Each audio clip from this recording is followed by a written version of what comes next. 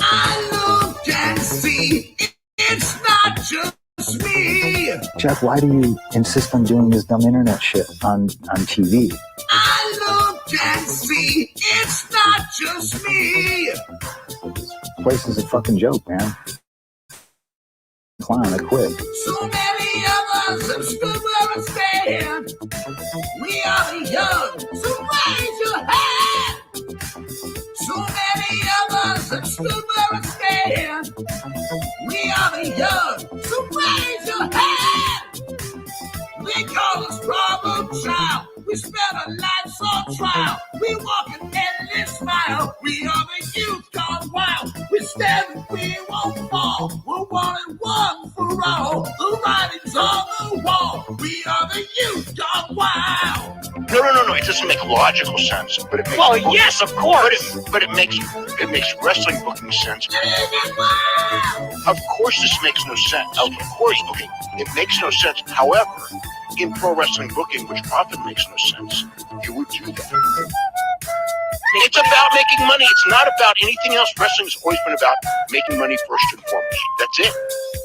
Yes! I look and see it's not just me. Last weekend was the greatest weekend in AEW history. This is the greatest week. I look and see it's not just me. My security, my safety, my life was in danger at a wrestling show. So many of us have stood where we stand. We are the young, so raise your hand. So many of us have stood where we stand. We are the young, so raise your hand. We call us problem child. We spend our lives on trial. We walk an endless mile. We are the youth gone wild. We stand and we won't fall. We're one and one for all. The writing's on the wall. We are the youth gone wild. We call us problem child. We spend our lives on trial. We walk an endless mile. We are the youth gone wild. We stand and we won't fall. We're one and one for all. The writing's on the wall. We are the youth gone wild. Get wild! Yeah! If you're familiar with how we do things often here on these Wednesdays, it's a lot like one of my favorite movies, Time Cop. What? Fuck you. Fuck you. Yeah! Yeah! What do we got? Super Dave, Pro Wrestle Clips. Tony Khan has Camille and Megan Baines sitting at home being paid since 2023 for nothing. Come on now. It's not going to be the pod calling some kettle black on that one. Truth is the truth. Becker was more over than Monet. Yes. I'm sorry. I'm reading slow.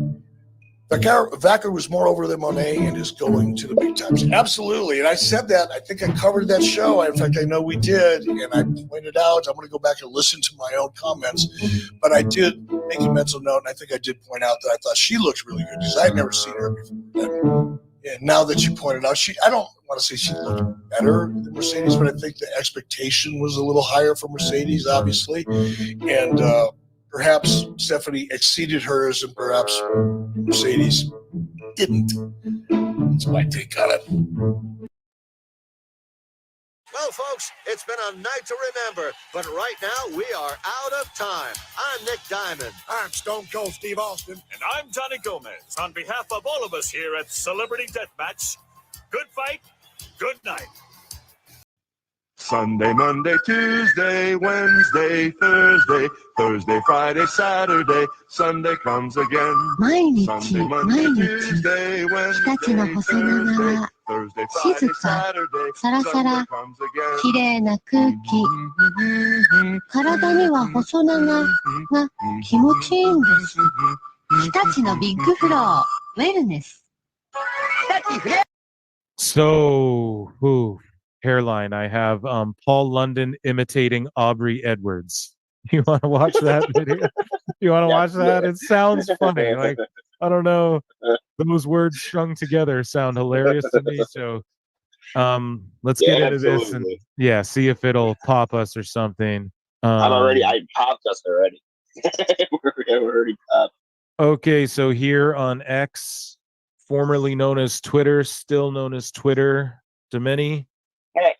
We have Paul London imitating Aubrey Edwards, and he's here with James here. I don't know who that is. Rene Dupree, shout him out, and Ace Darling. That's a fucking throwback. Ace Darling. I think he did dark matches for like ECW and WWF back in the day, but never really made it. But shout out all you guys. Shout out Paul London. Here is Paul London imitating Aubrey Edwards. Shout out Cafe du Rene Dupree. Yeah, she was like, "You don't recognize me, do you?" Right. Or something like that. She's like, "I'm only one of the most famous referees in professional wrestling." And he was like, "Oh, I don't really watch WWF anymore. Like, I haven't watched it a long time." She's like, "WWE, please." I wrestle for I'm a referee for AEW. It's the newest shit. If you don't know it, then you need to go check it out. Oh no! Oh no! Oh no! And oh no! What's happening, guys? Welcome to another eclectic edition of PWT Live Show. Yeah. Come on, StreamYard, give me the sounds. Yeah.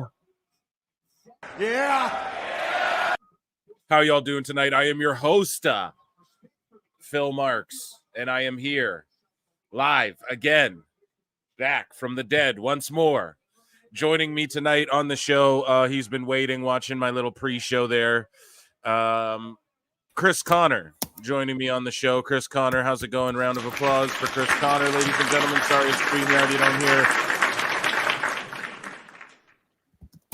I'm hanging Chris in. Connor's here with me tonight, ladies and you're doing good. UFC, I'm doing good. We have UFC, we got boxing, we had a ton of wrestling news, and the big question I want to know with you is: are you behind Ricky? Are you all about give Ricky Well, Ricky, we'll talk about Ricky in a bit here. So we're going to review Smackdown tonight, guys. We're watching UFC Noche in the Vegas Sphere. There's like boxing on tonight. This will give us a bit of a preview of, Nick Khan was on the big stage for this. Like, he's a big part of this Sphere event, and he's eyeing it up for what a WrestleMania could potentially look like in the Sphere. And not just a WrestleMania, but as I broke down on the show before, a whole series of events. It makes sense for people to come in and not just do one-offs like the UFC. So they're going to come do a one-off, bang it out spectacularly, and then we'll get a whole like SmackDown, WrestleMania, 2 nights, Raw, NXT, everything from the Sphere sometime in the near future. I'm sure Nick Khan's planning it all in his head right now. So we'll keep you guys updated as the show goes along, like what they do with the Sphere. Currently, it's the prelims, and they're not doing anything crazy, although it already does look amazing and crazy with the lighting and everything. They're not actually like using the Sphere to its full. They're saving it for the pay-per-view. So I'm very excited for that. Guys, at Pro Wrestle Times, we're on our way to 1,300 subscribers over on that channel, 1,300 over at youtube.com/at Pro Wrestle Times. Over on this channel, youtube.com/at Pro Wrestle Clips. We're almost at 5,000 subscribers. We're working our way to 4,500. So thank you all. Please, everybody, like, subscribe, share it around. I have some really great podcasts coming. My schedule got blown wide open, chat. Okay. So there's going to be like a million shows coming, a million things, dude. I'm going to be going live. Like if I pop up live tomorrow, if I pop up live Monday, Tuesday, I might go live every fucking day of the week. So, especially for this next month here, I think month or so. So, guys, become a member. I might do some members only streams, get that green thing on your name. And, also last show, we raised money for All Jake. That was amazing. He came on the show, and he was amazing on the show. And a round of applause for the PWT universe for rallying together and doing something good. And me and Jake message back and forth pretty much every single day. So he'll update you guys with all that. And yeah, we raised a good chunk of money. I don't know if we need to make it public or anything. That's all really up to all Jake, but you know, it's just appreciate you guys. You know what I mean? That's what we do around here. So now tonight, guys, I did not watch TNA Victory Road yet. I know, Phil, you what? I went out with my girlfriend. So they have these ring girls here, like these unique ring girls that haven't previously worked in the UFC for this Noche event, Chris Connors. But anyways, though, I went out with my girlfriend. I went to Drunken Cinema. We watched Jason Takes Manhattan. It was fucking awesome. I drank insane amounts of beer in Minecraft, and I ate a ton of delicious food, and I whipped on Victory Road, and I fell asleep. So like immediately, you know, it was like that. Like I was too done to even get into it, but I'm gonna watch it. I've avoided basically all spoilers, other than obviously Nick Nemeth, because I just saw his tweets. So we'll talk about that and review that. I'll do it on a pod with someone. I got tons of podcasts lined up, some really cool people, you know, from the IWC, newer, older, you know, some legends in the game I got lined up too for, you know, a later period in time when everyone's schedules are free. And we're watching Rosas Jr. take on a guy named Ora Kileng, and we're going to dive into Phil Mark's bookmarks and talk about some headlines. Dave's been unhinged. Mansoor got called out for some weird, it was a pretty cringe fucking post for sure, on X. And yeah, we're going to get into all that. But I am locked into this Noche card here, this UFC. I will not lie to you guys. Like, this is an amazing event, historical. I'm surprised there's still seats empty. Like, not even everyone's there for the prelims. And you have a guy like Rosas Jr., who's only 18 or 19 years old, Chris Connors, and his record's 9-1, and he's on this big stage. I'm thinking he gets a big win. What say you? Are you with me? I don't know, Chris. I don't know. It's gonna be interesting to see, because it's. I'm with you right here. I'm thinking. I don't want to just go, oh, blah, blah, blah, blah. So yeah, fair enough. I have no idea. I actually have no idea what's going to happen today. So for fight fans, like, this main card is pretty good. But basically, this is their attempt at, like, it's with Riyadh season, and it's their attempt at, like, Mexican Independence Day. Is that what this is? That what this is? I'm not even sure entirely. Yeah, well, like, it's Mexican Independence Day. They're tying into Riyadh season. Oh, by the way, we're going head to head with Canelo. So you know this is also a bit of like, let's just stick it to boxing while we can, because yeah, Canelo is basically the face of Mexican boxing. So what we're gonna do? Well, we got not 1, 2, 3, 4, 5, 6, 7, 8, 9 Mexicans on this card, including the women's and like and Brazilians, flyweight and champion. I see Cubano as well. I think Ribovich is from that is an Argentinian flag. So they have the you know, and then also Shevchenko's a Spanish speaker, although she speaks like 6 languages or something like that. So yeah, and then they just threw O'Malley and Dvalishvili because they're 135-pound bantamweights, and you know, it's the smaller guys. If you guys watch MMA. Now, Collision, I don't know what the hell is going on. I'm not going to watch that if that's tonight as well. So I do have it in Phil Mark's bookmarks, though. I have, let me see. Why can't I? AEW news. That's right. I was like, where did I bookmark it? I can't remember. So we can take a look at this Collision card as Rosas Jr. is looking to get a submission here. But the Grizzled Young Veterans take on FTR. Okay, that's actually a banger of a match if it was like an NXT or like some shit. But I just didn't even. Okay, you know, it's going down tonight. The TNT Championship, Chris Daniels versus Jack Perry. What? I thought Daniels was like the GM of Dynamite or whatever. He's just in a match for the title. It's so funny. Briscoe, O'Reilly, and Hologram take on the Beast Mortis and the Premier Athletes. Just random 6-man nonsense.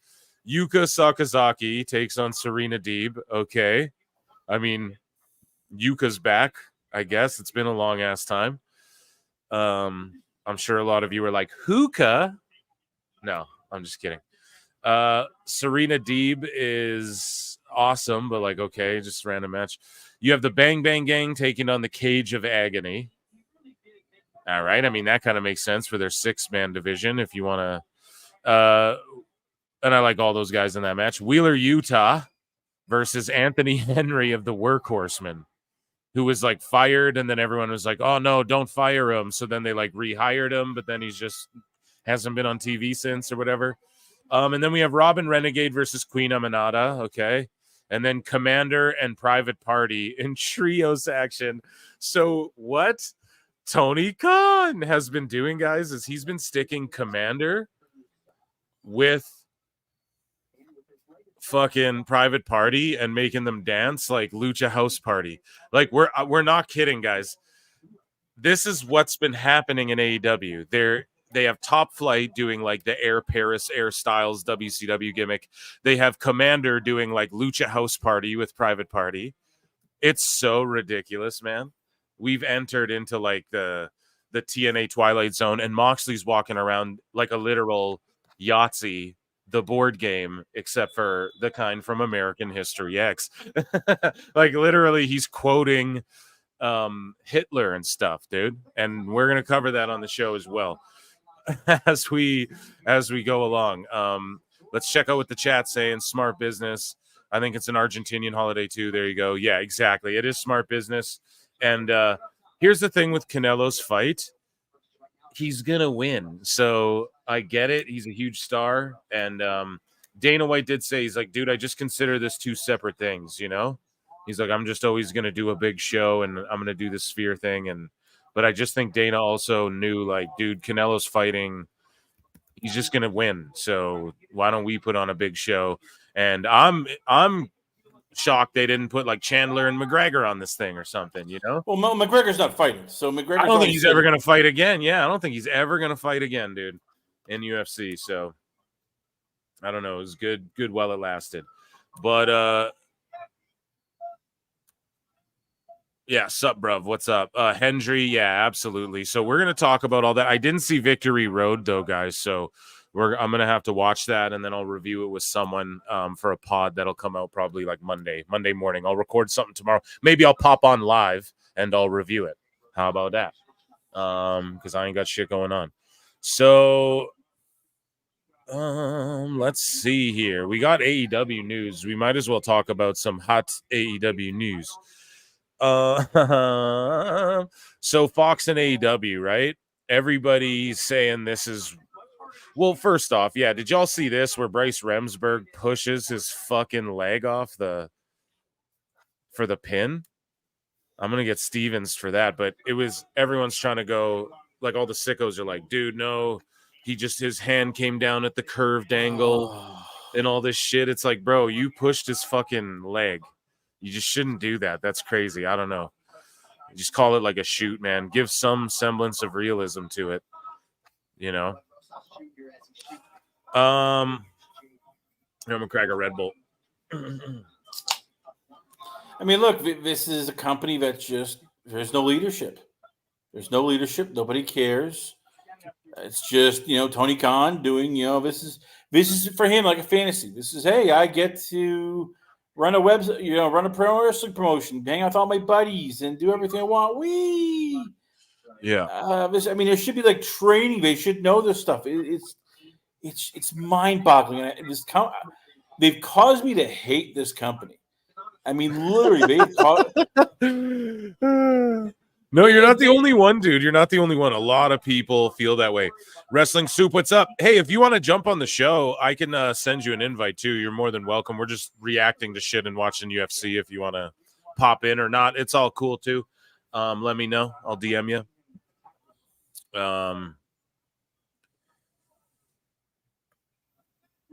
I just want to know, when can we start getting very worried about this TV deal if it ever happens? I mean, it's not what it's September 14th.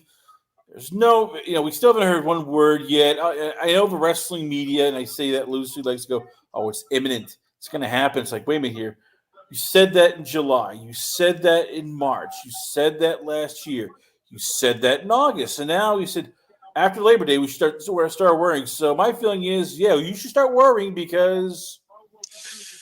Well, Meltzer, we'll talk about it in a bit. He walked back this Fox shit too, Chris. He's like, oh, I didn't state that or some shit. So I don't know. But the discussion backstage, according to Fightful, within the TV world. Oh, really? Oh, my God. Really, Fightful. You know about the TV world now? Could be headed to Fox Tubi after the AEW Shockwave trademark emerged. So I don't know. Meltzer, I guess, was like, no, they haven't even had talks yet. So somebody's lying, right? I don't know. I don't know who it is. You got to Fightful think keeps saying we've heard a rumor. It's like, well, you know what? I heard a rumor that Jenna Jameson's going to star in the next Fast and the Furious. I've no, it came from the hairdressers, boyfriends, sons, cousin twice removed. But hey, I heard a rumor. But they're saying it could be on Tubi. Literally, dude. Tubi. Like what Which we've means been they get no money about forever. Yeah, which means Tubi's not paying for it. It's just like a free show, basically.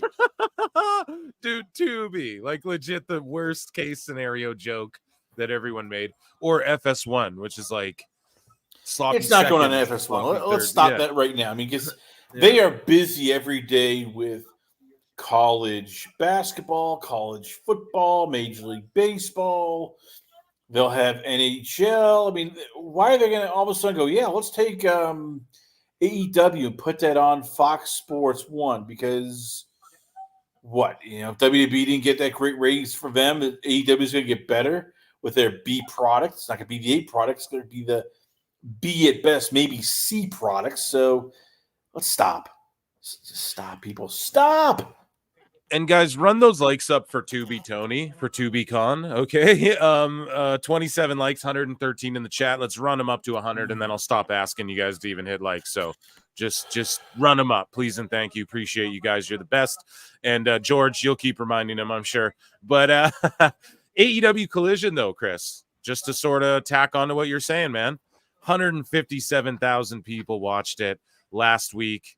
I think it went head-to-head with Smackdown as well. Got buried like another week, or maybe that was the same week. And then I saw Alfred Konua tweet out that the Fast Nationals for AEW were just abysmal. And he's like, I'm not even going to post them. He's like, just wait till they come out because you guys are going to have fucking fun coming up with excuses type of thing. So, yeah, let's see. Let's see. I can't wait to see what it is. But yeah, I mean, is Fox or FS1 going to pay for shit that's like getting no views at all? Like, hey, I'll sit there and go, hey, man, as long as it's 500K, we're good.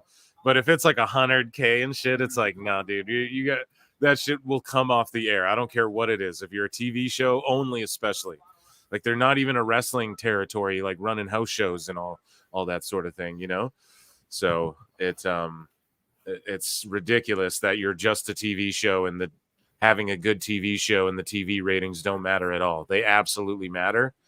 They don't have to matter to fans. I get all that, but they matter to Tony Khan, the best guys, Tony Khan. So speaking of Fightful, though, Sap is here. I didn't read this. So this guy, Unpaid Critic, says, so we can't discredit Sap. Sap can discredit anyone he wants. Irony. Yeah, that's how it works, dude. So Sap goes planted at best, outright false at worst. I can tell you in talking to people close to both sides that neither side would be making these claims themselves. And this Andrew Chapados guy, I got it down here. What he claimed was sources close to AEW WBD deal tell me AEW was on their back foot. On top of Warner's already having about 25% from the original deal, AEW likely had to give up more equity to get the new deal done, which I believe that for sure. AEW, is that your phone? AEW apparently didn't receive any other third-party offers, which obviously hurt their negotiations. I don't believe that. I think there's someone willing to chill them a little bit of ducats. Like, oh, I don't. You don't? Okay, mate. Yeah, because I was thinking about that. Like, who? Count they're talking about Fox, but apparently that there's who's talking about Fox though. I mean, Meltzer and Fightful and shit. Fightful said they heard a rumor, and they've already and both of them said, "Oh, it's not going to be on the main Fox. It might be on like Tubi or FS1. That's So the funniest they're thing. just grabbing stuff. At this point, they're grabbing stuff out of their ass. I mean, I've looked at schedules and everything, and it's not Fox because they've already gotten out of the wrestling business. They have zero interest in wrestling.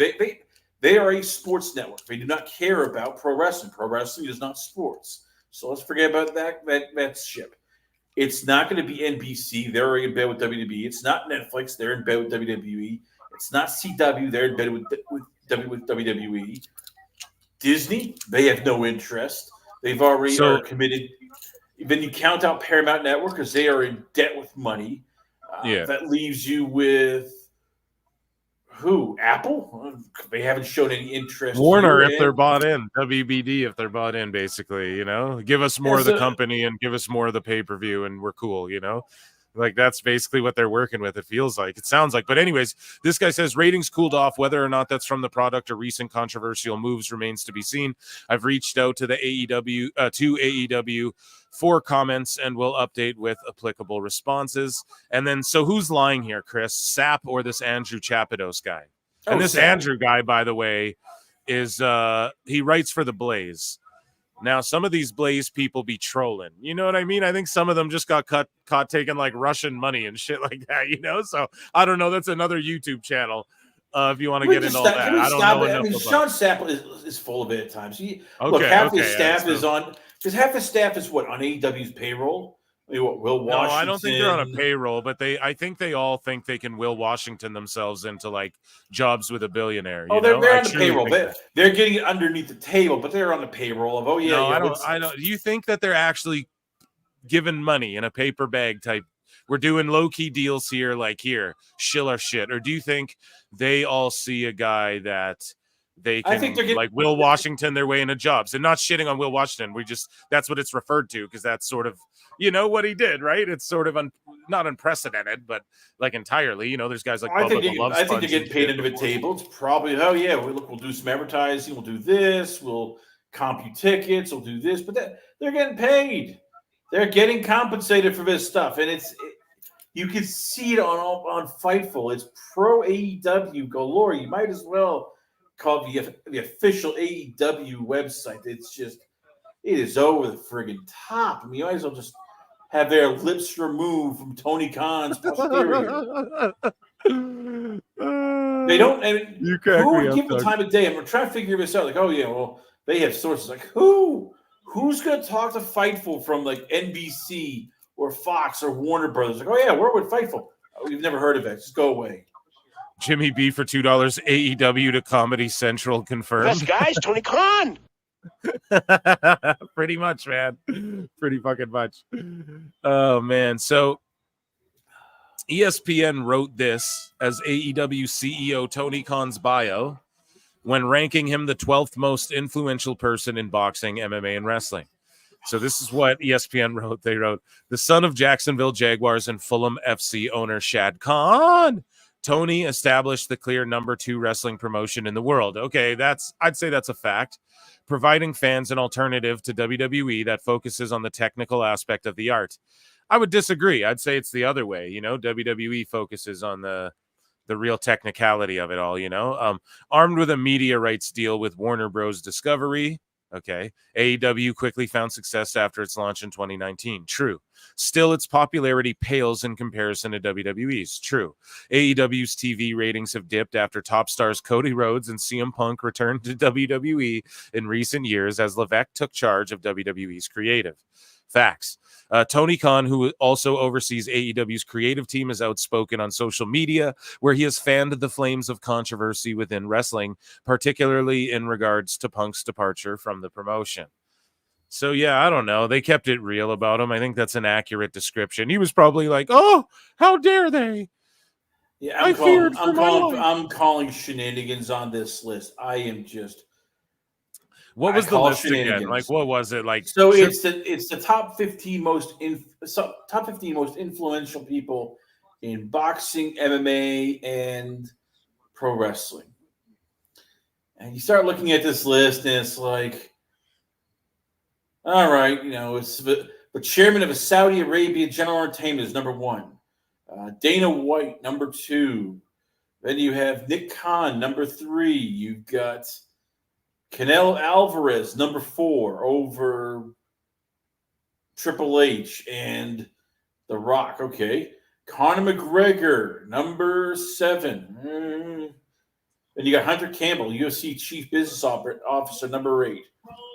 Eddie Hearn, number 9, Matchroom Sport Promoter. Al Heyman, number 10, Premier Boxing.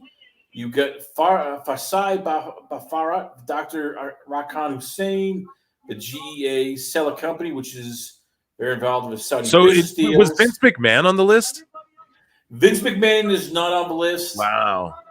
Fair enough. You have... Fair enough. I mean, Bob Arum's number 15. No offense, Tony Khan. Bob Arum has a lot more, influence in swing, than power, influence, all of that shit. Like Tony Khan just has a fuck ton of money, guys. Y'all got to understand. Well, I know everyone understands. Jake and Logan Paul are tied for 13. Tied? Why they tie them? That's because it's a brother duo. And then Oscar De La Hoya is number 14. It's like, okay, I'd put Roman Reigns up there. I'd put Paul, Heyman up there over those two. I'd put the head of the Zone up there because the Zone is basically where boxing is, and even where PFL and Bellator are at times, and even now, TNA is up there. I mean, you look and it's like, this is by Mike Coppinger, who it's like, okay, that's one guy, but you talk to most people, I would say Tony Khan is nowhere near, Bob Arum. I wouldn't even put him. Yeah, he should be below Bob Arum 100%. So look, but maybe they just factor in the wrestling side of it. They tried to, hey, it's wrestling too, so he's involved in, who goes a long way too, man. We know he knows people. A lot of people have written him fluff pieces. Speaking of it though, here's Dave Meltzer. So this should be, do I give it a flute? I should always give Meltzer a flute. What am I talking about, Phil? So here, we'll give him one for now, and we'll have another one later. But so AEW's new TV deal with Warner Bros. Discovery is reportedly now a done deal, with pay-per-views potentially coming to the HBO Max streaming service as a part of it. The WB deal is a done deal. Actually, there are, going, to be, actually like, changes, Tony Khan. There's going to be a pay-per-view component to this deal. What that is, I don't know. Of course, but if they're doubling the number and WBD is getting the rights to the pay-per-view, I could see that makes doubling the number more sense in a lot of ways. What did I tell you guys?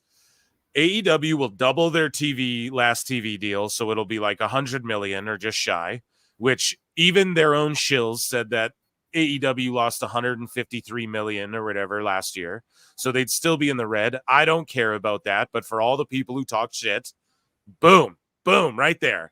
So, and then they have to give up more. So they're giving up more to keep this thing on like a network that's probably bought in. Is the only reason I could even see them fucking giving Tony this much rope and this long of a time. And it's why it's so unique that nothing's been announced, because it's just like, well, we own the shit, we own a chunk of it, so we're not going to let it die, and they'll give us more and we get some of the pay-per-view and all that. But what did I tell you guys? They're going to go, oh, double. I could see that makes sense in a lot of ways, but it's like, no, dog, you guys were trying to say 2 billion, 1 billion, 500 million. All these fucking numbers were getting thrown around. All the sheets were, I don't know, just wiping their asses coming up with numbers. And so it's just funny that he's going, it's a done deal, and then they're talking about, oh no, Fox is whatever, and then Meltzer and Sapp are contradicting each other. It's just, there's so much bullshit hogwash out there. We're trying to make sense of it all, folks, here at PWT. But I'm just like, Jesus Christ, I don't even care. I don't even fucking care where AEW ends up anymore at this point. Who gives a shit? It's probably just gonna stay on TBS.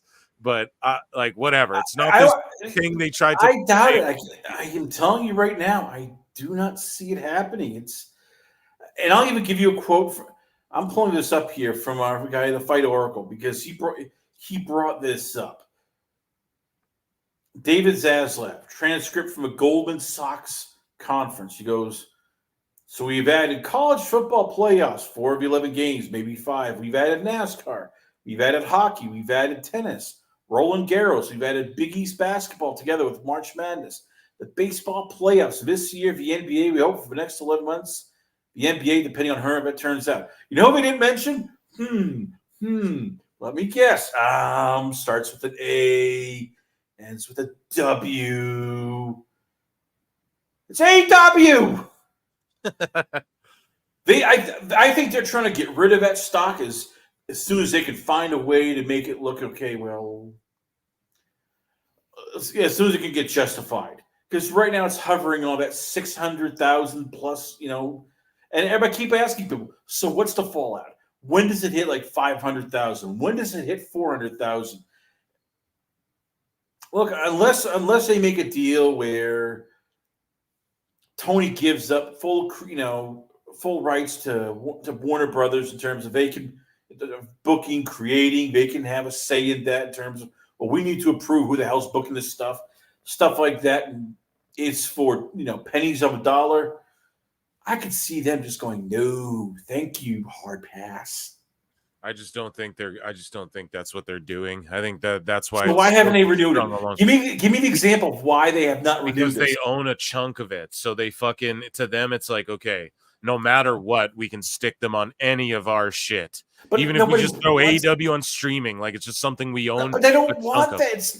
I know you keep saying that, but they've clearly, this is a unique situation because this is the thing, dude. Why is this situation so unique and odd? And Zaslav, I have a quote from him too, where Fight Oracle, so it says that I'm looking at the David Zaslav transcript from Goldman Sachs conference, and there's just not a single mention of AEW. He talks about all this other stuff, NASCAR, college football. Yeah, I just read that.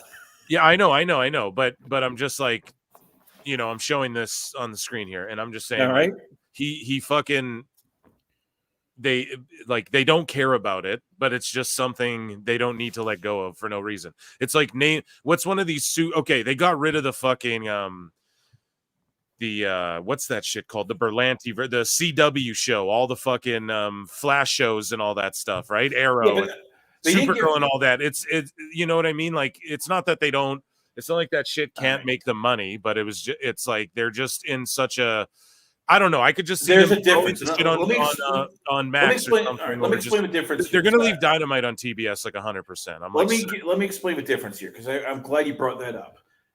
They didn't give up the Arrowverse. They just sold it off because it bought them money. Because other networks, whether it's Netflix, whether it's put it on TNT, TBS, or even like Pluto, they will buy that, and you get residuals, and that makes them money. Is it perfect? No. And plus, remember, they're starting their own new DC universe, which James Gunn and David Serafin have said everything's going to be on one universe. We're not having multiple universes. We're not having, different, groups, with the exception of Batman and Joker, Ledoux. Everything else, it's under one platform, one thing. They changed even DCU animated, where everything is now under James Gunn. So that's part two. And the big part here, and nobody likes to talk about this, it doesn't fit what they're doing. They've hired a new person to TV who is big. And we talked about, she wants original drama. She wants original programming. She wants to have shows that get awards, not be stuck with something which, let's see, they drop each other they on own it. chairs. So what do they do? What do they do? Let it go. I know, but what do they do? That's what I'm trying to say. Like they either use it and then take some of his pay-per-view money, because this billionaire is going to keep running pay-per-views and doing these events. How much? And they do decent buys, like they get like 100,000 buys. That's not decent though. That's not really like decent. Like, I don't know, man. For them, I think it is. I think that's one of their only ways they actually see any money. AEW. Here's how it was broken down, because I've talked with many people in the pay-per-view business, and it's a lot of people from boxing, MMA. You want to hit at least, if you're spending the money that AEW is, you need to hit at least $250K, $300,000 pay-per-view buys, and they're not doing that. They're not even close to doing that. But they don't do them. But here's the difference though, is that Tony does these pay-per-views like all the fucking time. So like he'll do an All In, and then 2 weeks later he does an All Out, and then fucking 3 weeks later he has another one. Yeah, it's not like he's running two pay-per-views every month, and they all do like $100K, $150K, $125K. He's still not making money. That's still not bringing them a lot of money. But it's more frequently than like an event that like the UFC, let's say, they do a pay-per-view, and obviously what's considered a bomb to them wouldn't be considered a bomb in wrestling. But just the pay-per-view model is sort of just an old thing anyways. But I just think that's why they want that, because that just brings in like who money. keeps saying they want it? Like, we keep hearing, they want that. All the dirt sheets, bro. Like, who cares about dirt sheets? But dirt sheets. I do. The people do. That's why people are watching the show, bro. We care about what they're saying, and we're gonna. They don't know. That's like you saying, "Hey, I know what the Patriots are going to draft next year because hey, I have a source." We have no idea who your source is, but you have a source. It's not probably from the Patriots, not from the NFL, but you have a source. I'm telling you, half these people, it's like they say, "Oh, we have sources, we have people." Like who? I know nobody. So I make fun of it right now. The dirt. I don't get what you don't get about it, bro. That's why I do. That's why I do what I do. That's why I make fun of it. It's fucking hilarious. But you're actually giving credence, like, hey, they know what they're talking about. No, they don't. I'm telling you right now. I didn't say they know what they're talking about. I'm saying this is what they're all saying. I know. So let's go. So I'm not. No, just stop for a second. Okay, you need to listen. Here's the thing. I am not on the phone with Fox execs claiming that I am. So these are the people claiming they are, and I have a source, and these are the people claiming that. So that's what the narrative they want to put out there. So then we're going to dissect that, and then we're going to point out, here's where they fucking lied. Here's where the fuck I was right. Here's where this guy was right. And it's fucking hilarious. And we're going to clown them and play flutes, dude. That's the whole goddamn point. Dave is literally helping like galvanize a whole subsection of this internet wrestling community. And all they're doing is, in the long run, this shit's going to fucking harm wrestling. If, I don't know, dude, if we allow this to continue, you know what I mean? So I guess that's why I do this. I'm drawing the line in the fucking sand, and I'm saying, nah. Okay, you're gonna have to prove some shit or come with some actual factual, or else we're gonna clown and roast you about being wrong, because I ain't claiming to be the news. That's why it's funny. So I know they don't know, but maybe they do know. But it's funny because nobody's actually saying anything. That's the part. That's why it's so intriguing. That's why everybody likes talking about this. It's been a topic for months and months and months now in the IWC and just in the wrestling world in general. And like, that's why, dude, I think people are interested in it. You know what I mean? You look at even the gates and they're not doing money. So I'm telling you right now, like UFC 300, Pereira versus Hill. The gate alone was $16 million. Oh, sorry. I take this off the screen here. New member, Lincoln Hawk. Or no, sorry. Member for 2 months. Sorry. Got to take that off the screen. Tony Khan is the 5th Bluth kid. Have Chris listen to Brian last on why he thinks that deal is done. WBD owns a piece. They do. They own a piece. So once again, does Brian last? I mean, everybody keeps saying, "Oh, they own a piece." Like, what's a piece? 25%. Everyone's saying it. I don't know. I don't know. I know that. I know you don't know that. That's what everybody keeps saying. Oh, they own a piece. So like what? 5-10%? 25%. Warner Brothers could just 20%, sell that off. 25%, 30%. Maybe. Who knows? So he they had a could bunch just of sell initial that investors. off. So you know what? They invest in a lot of stuff and buy a lot of stuff. They can just burn it. I mean, remember, they spent Acknowledge me. They spent $90 million on Batgirl. What did they do with Batgirl? Oh yeah, they shelved that bitch. Right, but they got to write that shit off. So they that's could. why And they can write this they got off to as keep a tax write-off. however much 90 million or whatever they put into that movie. They got to keep it, so they won't write it off because they lose their money, bro. You can't. So here's the thing, right? This is what the whole theory is. It's crazy because, like, dude, we talk about this all the time. Oh, theories. That's what I've been chronicling on this show. Okay, the theory is that this is what everybody thinks. Like, everybody is floating this out there. I've had Dose come on here for an hour straight and break this all down way better than I can. Okay, but so take it from them, not me. But basically, the reason they let Tony Khan shop the AEW around, and they have a new show, Shockwave, coming out, so they're not doing that just blindly unless it's some fucking YouTube show or something.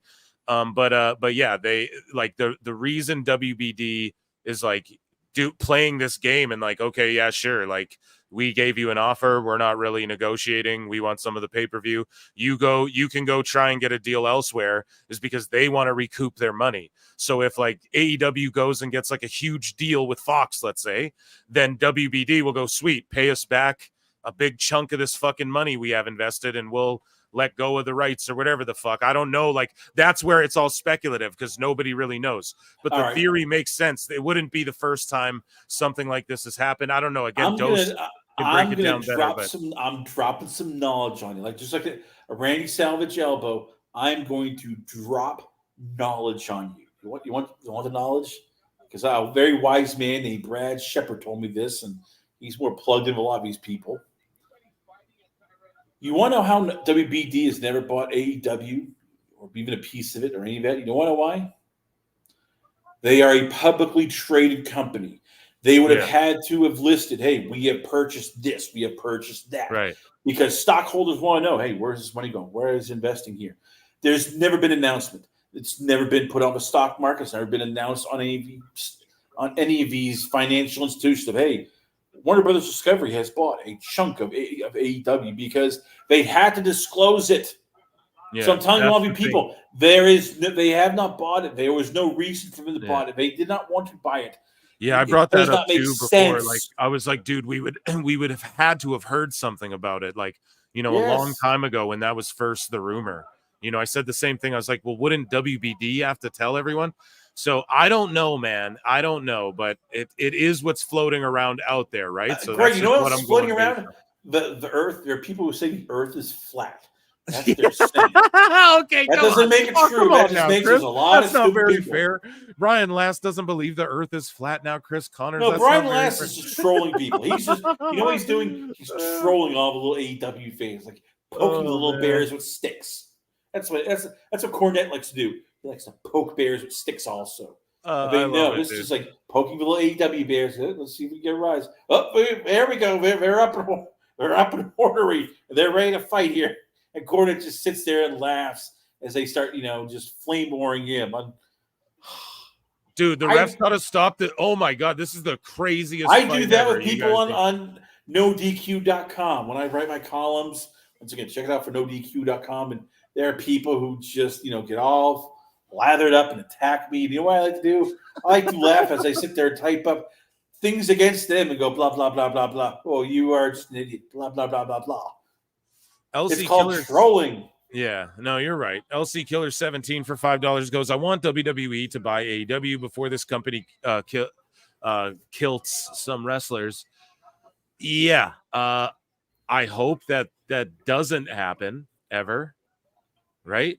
It's getting close, these idiots. Yeah, it's like, where do we go? They're doing hypodermic needles. Like, where do we go from there? Like, we've had exploding super kick in the face, real cinder block slams. Like, what happens when someone botches and like hits the back of their head on a fucking cinder block or something? It's terrifying. It truly is. I'm not even watching Collision. I'm watching UFC tonight, bruv. And thank you for the $5 snooper duper chat. Round of applause.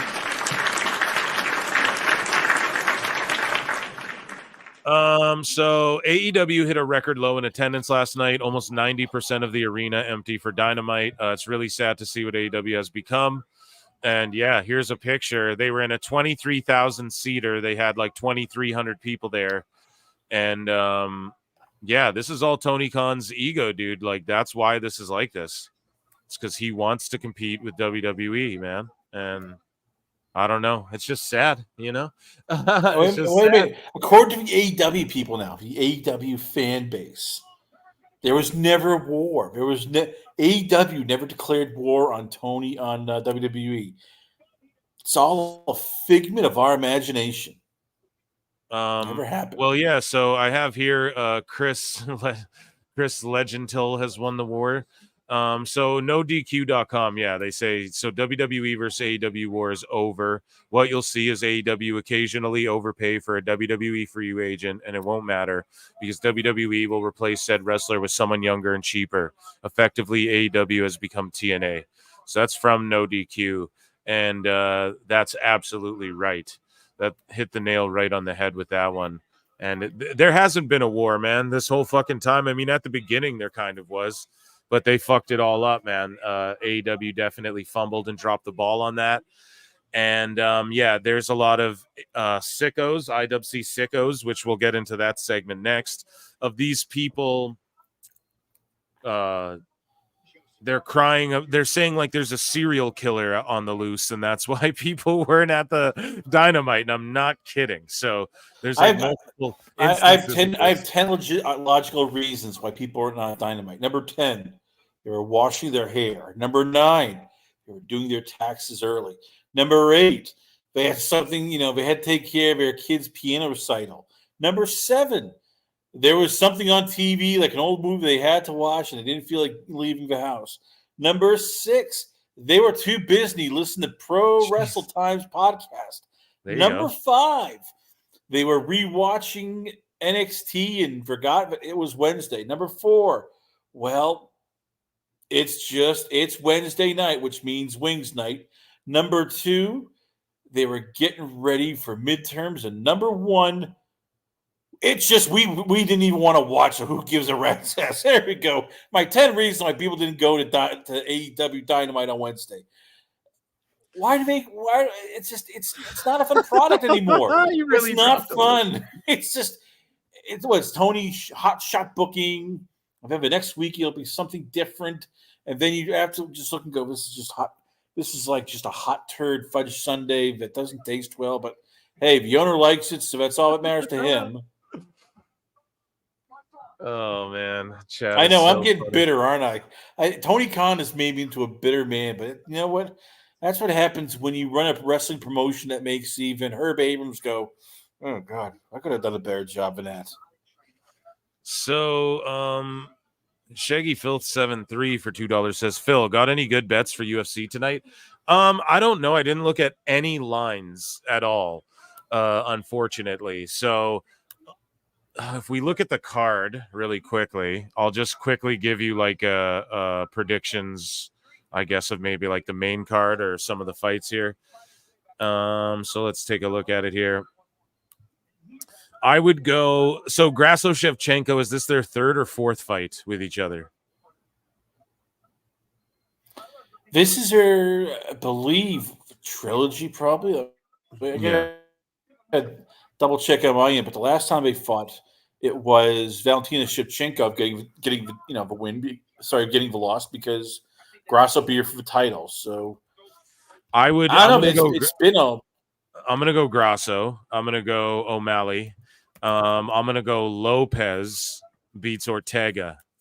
I'm gonna go. See these Rodriguez and Osborne. They're gonna throw heat, man. They were fucking talking a lot of trash at the press conference. So wait a minute, my bad. So I don't want to bet on either of those, but I would go Lopez over Ortega. I don't know who's the dog in that one. I'd go Grasso over Shevchenko. I don't know who's the dog in that one, and I go O'Malley over Dvalishvili. Sorry, I can't say your name that well, but because yeah, he's been clipped like Dvalishvili. Pardon me, I know I suck at pronouncing that name.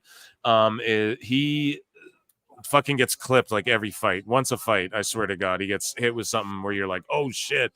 And you just can't do that with O'Malley. He'll take you out.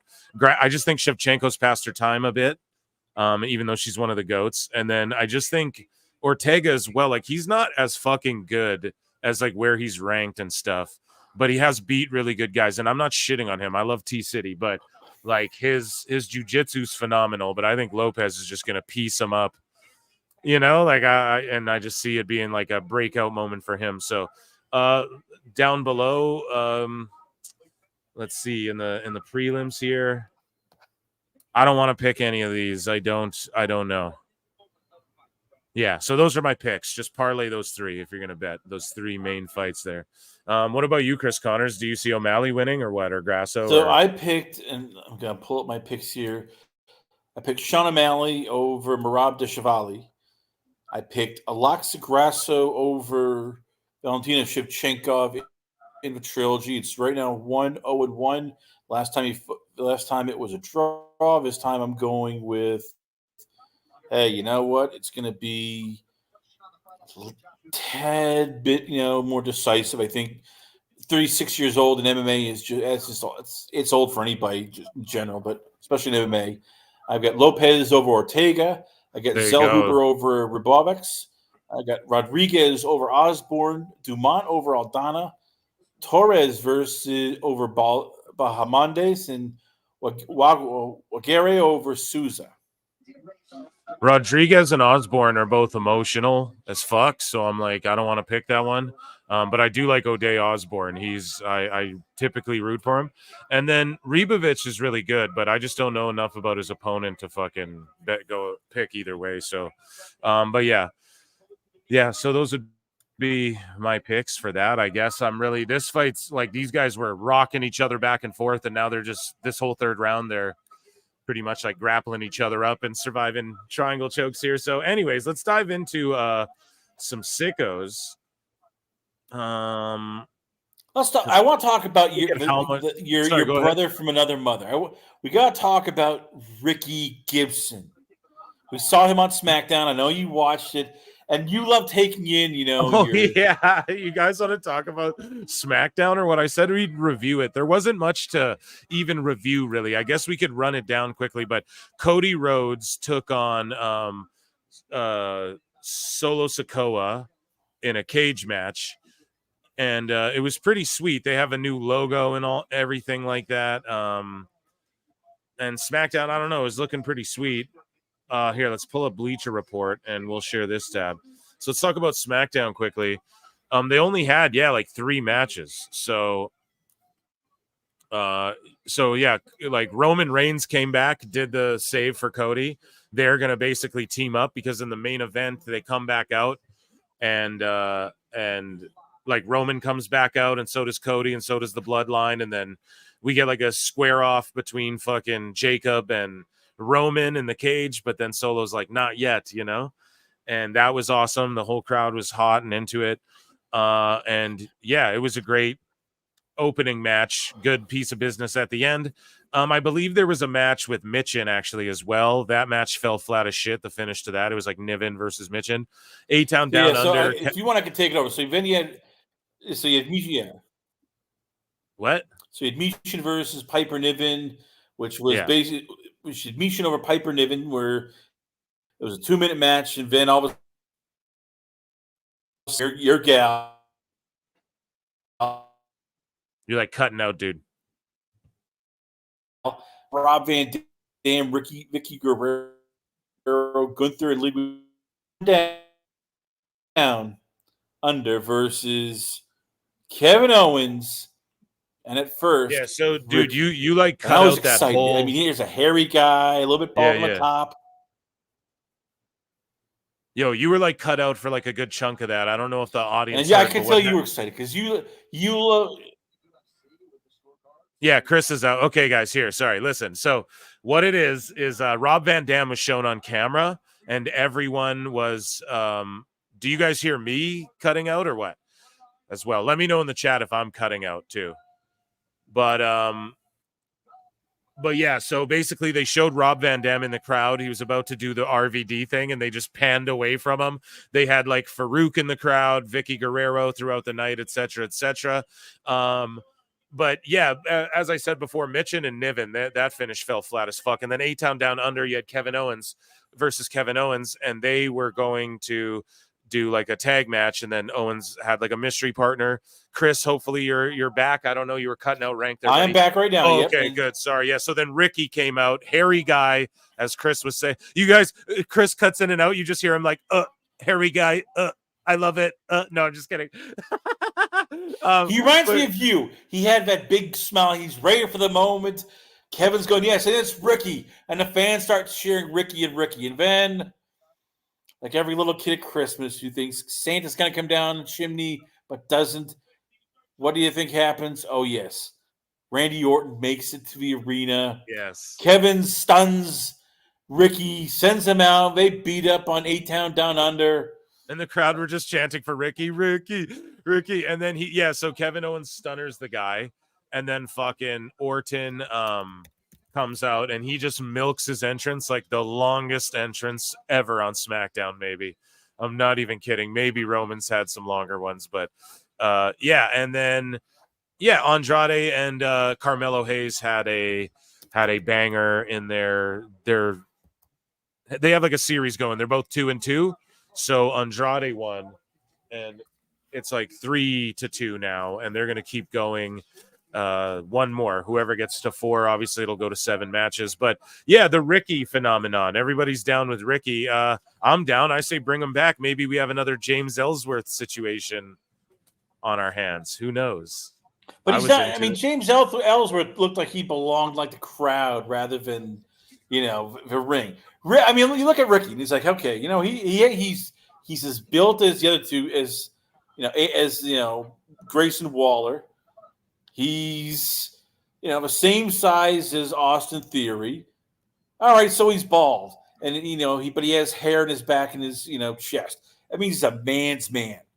And since you love your sort of, I don't want to call them Island of Misfit Toys, but you're underdogs. You love your Turbo Runners. You've declared them that they should win the AEW Turbo Runners, titles. guys. Chris, he always fucks up names, and it's the funniest. What are they called? The Outrunners, or whatever. Turbo Floyd. That was just hilarious, bro. That's all. You love your Tonga Twins. You embrace them as like the unofficial Tonga Twins fan club president. You want them to invade NXT and join the female bloodline 1.0. So that's what I thought. You need to adopt Ricky. Make it, Ricky can be. You could be the wise man to Ricky. That could be the angle where Ricky comes out and goes, I have signed a WWE contract, and this is my wise man. And out comes Phil Marks. You can get all, in like your Grand Wizard outfit or your comedian. You can be the charisma that he needs. You can give Ricky a chance. So it's right now. We want Ricky. Give Ricky a chance. Hashtagging on Twitter. Phil, I'm asking you. Are you going to help Ricky? Are you going to help We Want Ricky or give Ricky a shot? I am going to. Well, I just said it. Yeah, maybe they have a James Ellsworth. Who knows? I don't know. I don't care. I thought it was just a funny spot. I didn't give a shit that much, dude. You ain't hype for $2. You ain't hype says, do you have Netflix? Asking for Raw and SD reviews. Yes, and not only do I have Netflix, but in Canada, WWE is going to be on. Like all of WWE stuff will be on Netflix. So I'll have everything just right on Netflix and it'll be amazing. And I can't wait for it. And I'll start reviewing like Raws and Smackdowns more that like my, I don't know. I'm going to have a lot of free time coming up here. So I will give you guys like pods like every day. I'm not kidding. I will jump on live. Like, don't be shocked if I just pop on to review shows like after they go down or whatever, but right, so I'll give you more reviews again. I know you guys like those, and we haven't done one in a while, but I also haven't been dropping podcasts as frequently. Like we're at 51 live shows. Think about this, chat. There's 74 podcast episodes only. We've almost already caught up, because I've sort of slowed down on the podcasts as frequently, just because it's like, I pretty much am banging shit out during the live show, and then it's just easier to hop on, go live instead of like record one and whatever. But yeah, don't worry. Way more content's coming in the immediate future. Like, but yeah, what is Mox? Hold on. I want to go back to this here because I was let down. I'm let down here a bit here, Phil. I'm very let down by you. I bring up a guy who looks like the part. He's a guy like you who wants his shot, and you go, whatever. But you bring up a Tonga Twins, and it's like they are the next best thing. We're like, I never said they're the next best thing. To you talking about like, oh, they need to sign They need to be part of Bloodline. They are the best. No, I didn't say they need to. I just said they should and they could and I would do it if I had the book and I would fucking. It's like they are basically to you like deep dish cheese pizza. I don't like deep dish pizza, dude. That shit's all nasty. Right. It's like not only you can drink Beer Fest. Okay, now we're talking. So you have Tonga Twins. It's like I'm getting ready for them, and you bring up a guy like Ricky, who's like the average man who needs somebody like Phil Marks to get behind. Bro, like, the only Ricky I give a fuck about is Ricky Starks, #free Ricky, and I don't know what the fuck you're even talking about, dude. At this point, I'm talking about Kevin Owens' partner who we turned on in 20 seconds. Who gives a shit? Fuck who was he? He was just some guy they fucking found, some local guy who didn't shave his back. It was all good. It was a good bit. I think I tweeted one thing. I was like, Ricky, send Ricky or something. I said, but either way, David Bixenspan, okay, comes out, and this is our sicko segment, by the way, guys. We're gonna so David Bixenspan says there is no better evidence that AEW is getting a show on Fox than the WWE PR plants of the last 24 hours. They are spooked. So I guess there's WWE plants saying no one's spooked if they get a TV deal on WWE Sloppy Seconds, dude. And then this is a hilarious Photoshop. Whoever did that is fucking genius. Here's Jimmy Corderas. Shout him out. Big fan. Yeah, I've DM'd with him a little bit. What the fuck? Is this guy serious? What does helping with his travel have to do with that shit you pulled? It's your fucking job. You handle travel for the talent. Hope you do that better than your in-ring work, not a high bar. Prick, move to a Hall of Famer. Own your shit instead of playing victim. So Corderas went off on Bryce Remsburg, who I'm like, dude, he's terrible. Now, I deleted my tweet being like, dude, Remsburg, you're so unlikable. But just because like I don't even actually know him like that, he's not even he's unlikable the way I see him as a ref. And then just this was cringe too. But again, it's like, I don't know. These people have professional relationships. We're talking about human beings here. So I was like, God damn, I don't want to just throw that out there, I guess, and just be rude directly to, I don't know. I have a heart, damn it. But Bryce is right, says Bryce Remsburg responds to Mark Henry. So we watched the video before, right? Remsburg pushes Perry's foot to kick out of the pin. Mark Henry goes, I'm not commenting, I'll be called a hater, which is funny and ironic because he's commenting anyways and he got called a hater anyways. Corderas is freaking out because Remsburg responds to Mark and goes, hey, Mark, this angle doesn't show exactly what happened. But yes, it does, Remsburg. Shut the fuck up. Like, so tired of these. No, dude, just count it as shoot or don't. But you were always so nice to me backstage at AEW, and I constantly helped you with your travel whenever I could. Bro. You what? Like, okay, you know? Okay, dude, like, what the fuck? Why would you bring that public? If you think something is wonky, feel free to reach out directly whenever. Why the fuck would you put out there, and I constantly helped you with your travel whenever I could? It's like, bro, you guys, they're just so, like, egotistical there, man. We're flawless. Nothing can be critiqued. You know? It's so crazy, man. But yeah, shout out Jimmy Corderas, keeping it real and tried and true. So here, Duke is still going to come back on. I'm going to yell at him. This is going to happen this week. No, I'm not going to yell at him. I love Duke tremendously. That's going to happen this week, finally, and I have time open. So I know you guys have been waiting for that one, the Great Punk Debate. But Brad Becker, 83, shout out Brad Becker, tagged me in this and said, check this out. It's kind of crazy. Jobber Nation TV. So he's a troll account, Jobber. Everyone knows Jobber on Twitter, right? And he's a sicko. And he goes, AEW is way too sensitive. Jobber provides expert constructive criticism to the company, and instead of accepting it and using it as a way to improve, they lash out and accuse me of being negative. Whether it's Swerve, Dax, MJF, or King Ricochet, they get their feelings hurt too. And then Ricochet goes, no one gets their feelings hurt. Ha ha ha. You just suck. Right? So Ricochet responds to this guy. Right? And then there's more responses to the point where Jobber made like a whole fucking response video where is it? Right here. So we're not going to listen to this whole thing, but there's more too. Like they actually got into it a little bit. I just want to make sure I'm not overlooking it. There's so much in the sicko segment, guys. So here we'll find it because there Ricochet and him like went back and forth more, I believe, as well.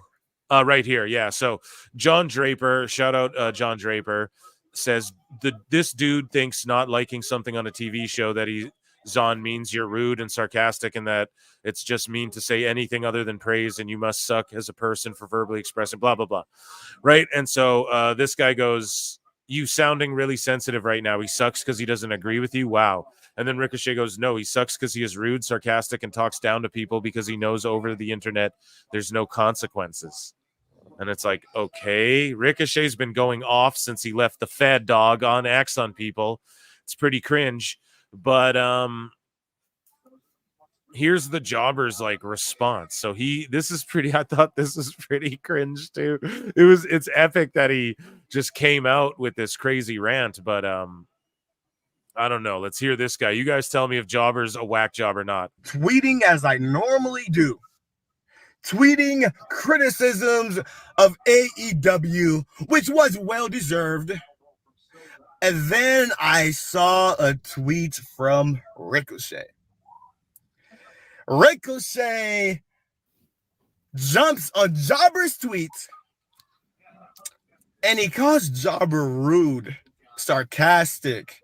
I'm only doing this because I know there's no consequences. Ricochet, in case you don't know who I am, let me introduce myself. My name is Jobber. I am the reality check of the IWC.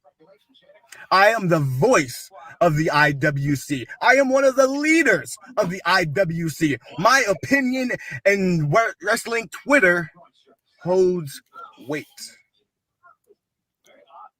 Jobber, come on the fucking show and cut a promo on whatever you want. This is hilarious. Okay, I will DM Jobber and I will ask him to come on this show, and I'm not kidding. This shit is hilarious, dude. I don't know. I'm not going to listen to the whole 6-minute rant, but he called out Bully Ray, all his haters. Bully Ray is not tagged. Hopefully I'm not blocked from Bully Ray or something like that. That would suck. But yeah, I don't know. Jobber's pretty goddamn funny. He's always out there trolling. I don't know. What do you guys think? So let's move along. We got so much sickos to get to. So let's scroll to the bottom. We're working our way up. We're going to skip the Fantastical Tales this week, I think, or this episode. Maybe we'll do one later. But JD from NY goes, I see Righteous Reg hasn't done his homework. Shame. Another paid AEW Fightful employee who gives absolutely no fair and balanced criticism of their product, crying about AEW not getting the Motor City Machine Guns and them going to developmental. So, guys, the Motor City Machine Guns are in WWE, and they're going to be the face of the NXT tag team division with the move to CW. And I think that's a great move. I think that's a wonderful move for them. But yeah, it's funny seeing JD call people out like this when people call JD out for this exact same shit. But AJ Styles himself said he wished he started in NXT. There are levels to this shit, and if AJ says it, you best believe it's the right move. Obviously. I mean, come on. But yeah, let's look at the news here. So this Righteous Reg guy goes 41 and 42 years old, respectively. Their style is mimicked in tag team wrestling in every promotion across the world. They define tag team wrestling for this generation. So yeah, send these guys to development. Yeah, you dumb fuck, because then now they're going to teach that to all of the young talent coming up and all the NIL talent and all of this new generation of tag wrestlers. It's so fucking stupid. But yes, a huge focus on tag wrestling in WWE going forward. I know Chris Connors doesn't like to accept that, and he just likes to try and knock the Tonga twins for whatever reason. But tag wrestling, there's a big focus on it in WWE. Not, you know, like unlike you, I'm like, okay, we need more seasoning. And you're like, no, we're ready for NXT. Like, oh, geez. That's a whole different story. I literally said they need more seasoning. I literally said put them on level up. Seasoning is in stuff before put them on NXT. level up. NXT is now becoming like a finished. I'm not yeah, they still do. They still do shows in front of like 30 people in NXT. But yeah, we don't need to hear AJ Styles quote, or yes, we can. That's what the show is all about. Let's hear it. Let's hear what he had to say about it. I know that I didn't go through NXT. I understand that. But the learning curve is very steep, and you better learn very quickly if you're able to bypass NXT. That's why it's so important. I've said this to Triple H that they need to go to NXT. There's so much that goes on to just the camera and the way it's directed at you that I didn't learn anywhere else, that they want it done a certain way. And you can only learn that either as soon as they throw you in the fire and it's sink or swim in the WWE main roster, or you go to NXT and you learn, and then you quickly move your way up to the main event.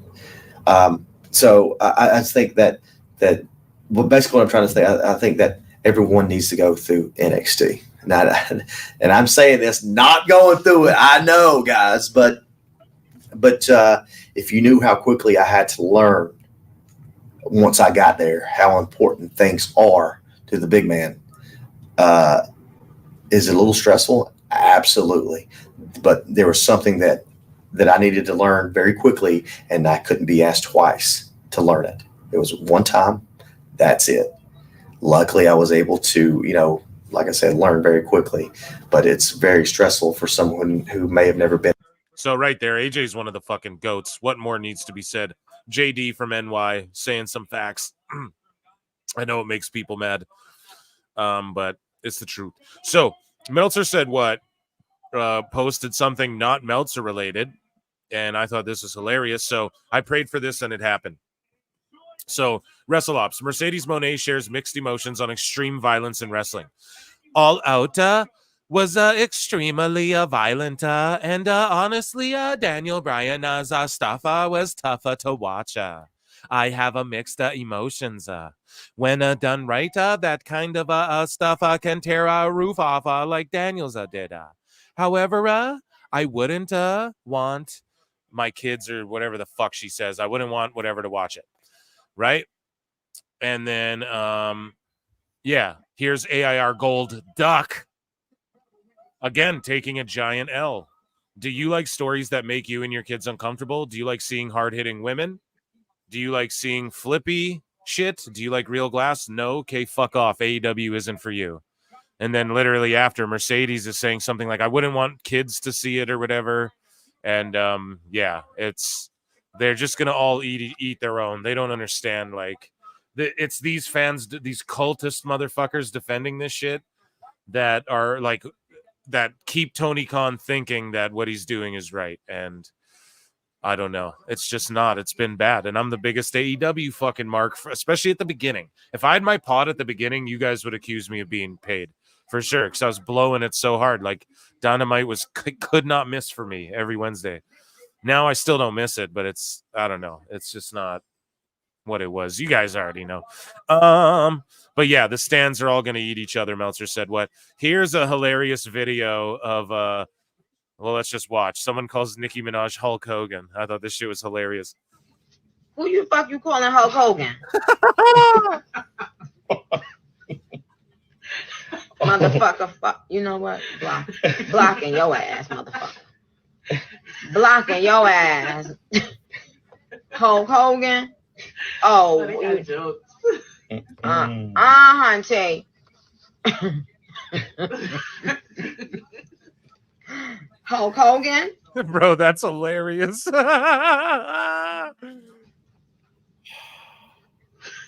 Hulk blocking. You're enjoying this way too much. I'm talking about Hulk Hogan. Who you calling Hulk Hogan? That's hilarious, yo. Hulk Hogan. Yeah, Savage Wrestling Podcast for $2 says, yeah. Yeah, dude. LA Knight came out on SmackDown as well, cut a fiery ass promo with everybody saying LA Knight. Yeah. Thanks for tuning in, buddy. I'm going to come to your show next week, okay? Savage Wrestling Podcast. So make sure you guys tune into that. Hulk Hogan. That shit is fucking hilarious. Remove that one. We already talked about it. So this is funny because the Outrunners get a big pop and they're selling tons of merch and all that. And then this guy, WWE Botched, tweets out, AEW doesn't make stars. But like, here's the thing. They didn't make the Outrunners. First off, the Outrunners, I don't even want to, like, this isn't me knocking them. You guys know I love them. They're not like stars. You can't really quantify them as like, you know, they're not television stars. They're not like big draws, maybe, or maybe they are starting to become that, whatever. But AEW didn't make them that. They were doing this. They were already over in OVW everywhere. Maybe, I guess, if you want to say out of the two companies, sure. And I don't know. I'm just glad that they're selling tons of merch and that they're getting shine. But AEW doesn't make stars. No, they literally, these Outrunners fell into their lap, and Tony won't pull the trigger on them when he should. That's what's going to happen. He won't actually do anything with them. He won't position them in a good storyline or anything. This wrestling blog guy responded. I thought this popped me so hard. So AEW tweets out, due to the graphic nature of the attack on Danielson, we will not be sharing the footage. AEW does not condone such actions. So they're doing like a work shoot, you know, the plastic bag over the head. Wrestling blog quote tweets them and goes, well, this didn't age so well. And then like a minute later, motherfucker AEW blocked them. So like they're just blocking people. Like now, whatever this wrestling blog is, they're gonna hate AEW for fucking ever, you know. So it's just crazy they would block someone who's a potential like customer or someone who'd potentially cover them or whatever. Like the whole company. Like I don't think WWE blocks anyone. You know what I mean? There's people like tweeting crazy shit to them all the time, and I don't think they block anyone. Oh, sorry, Chris Connor. What's up, buddy? I didn't realize you fell out there again. No worries. I do want to push back on something here. When people go, AEW doesn't, create stars. They don't. I mean, there's nobody on that company. Yeah, and they don't. Even WWE has only, like, I'd say 4 or 5 stars. As in, they can go, they can make money, they can draw. You can put them in with anybody, and they will sell. I'm sorry, people. I mean, I blame the IWC because it's like, do you understand what a star is? A star is somebody who can literally go in there. You can put him in there with Ricky or Ellsworth or anybody, and people will still tune in. Yeah. You can put him with the Tonka Twins, and they will still draw money because people need to see them. Right. There's nobody on AEW who is that. Even like people's stars have gone to die in AEW. Well, Merge for $2 says, Phil, you know what TK is? He's a liar. Liar! Tell us what you know, you goddamn liar! Liar! Thank you so much for the super chat. Yeah, he is. He definitely is. So I'm interested in seeing. So guys, the Sphere so far, they haven't done anything too crazy with it in the UFC production, but like it is changing. Like each fight, it's like a different stage of like, I don't know. It's apparently Dana White said that it goes through the history of like time, like into the future. So the very first shit was like literally was just like black and red, whatever. And then the next shit, it was sort of, it evolved into like the next fight was like, I don't know, these golden arches sort of or something. I don't even know. I'm going to try and pay attention to it. And when they're doing crazy shit with the Sphere, I'm going to be watching. And imagine this. Imagine you're at the Sphere. The Undertaker makes an entrance and the whole thing is like you're in a fucking graveyard or something. I don't know. Like, obviously they have it down way better, but Nick Khan's there scouting. They're all there. It's the same company, goddammit, but they're there, I know, looking for like what they can do with a WrestleMania. And just imagine that. Like it's a match is going on, but there's like an atmosphere around you, or you know what I mean? Apparently there's like a series of movies tonight, and each fight is its own movie, and like the fight takes place like in this world. I don't know how it's gonna look at home on TV. It might look dumb as fuck for us, like watching at home, but at the Sphere, I'm sure it's spectacular, and it's looked cool already. Like just the vibe of it is cool. If there was a Mania in there, it would be, people would be like, I don't know, the audience doesn't look as big as obviously like you have a stadium or an arena or whatever, with no roof on it, and it just looks packed to the gills. This building doesn't look like that, so maybe, I don't know if people would hate on it for that reason, but they could definitely pull it off and it would look cool. And they just set up the hard cam side on that side, or like, how would they do it though? Yeah, see, where would the hard cam side be? Looking at the layout of it all, like in front of the screens, you can't do that because that's like the show. So I don't know. We're gonna scout it out and see if we get any insight as time goes on. But anyways, though, John Draper again makes the show and goes, please be a real tweet, please be a real tweet. And let's see. So AEW Neckbeards tweets out big business in Lexington. And this guy, Heel Josh, says, there's literally a killer on the loose in Lexington. People are even shocked that the show was ran. But of course, you kids don't do your research and will just blame anything on what you want it to be. Now, that's projection of the highest order right there. He's literally blaming it on this serial killer thing. Tickets were selling months in advance. And also, why is it the same amount of people that fucking show up to every AEW show, I literally have a viewer who didn't go because of it. Now he has a show. Oh, I didn't go because there's a serial killer. I don't know, man. Seems like more excuses. Like, it's always some outlandish, crazy fucking excuse, and that's hilarious to me. Next, they'll be saying there's a fucking Bigfoot out there or something. And then, oh, you guys didn't hear? There's a chupacabra on the loose. And that's why. Oh, my God. Too funny.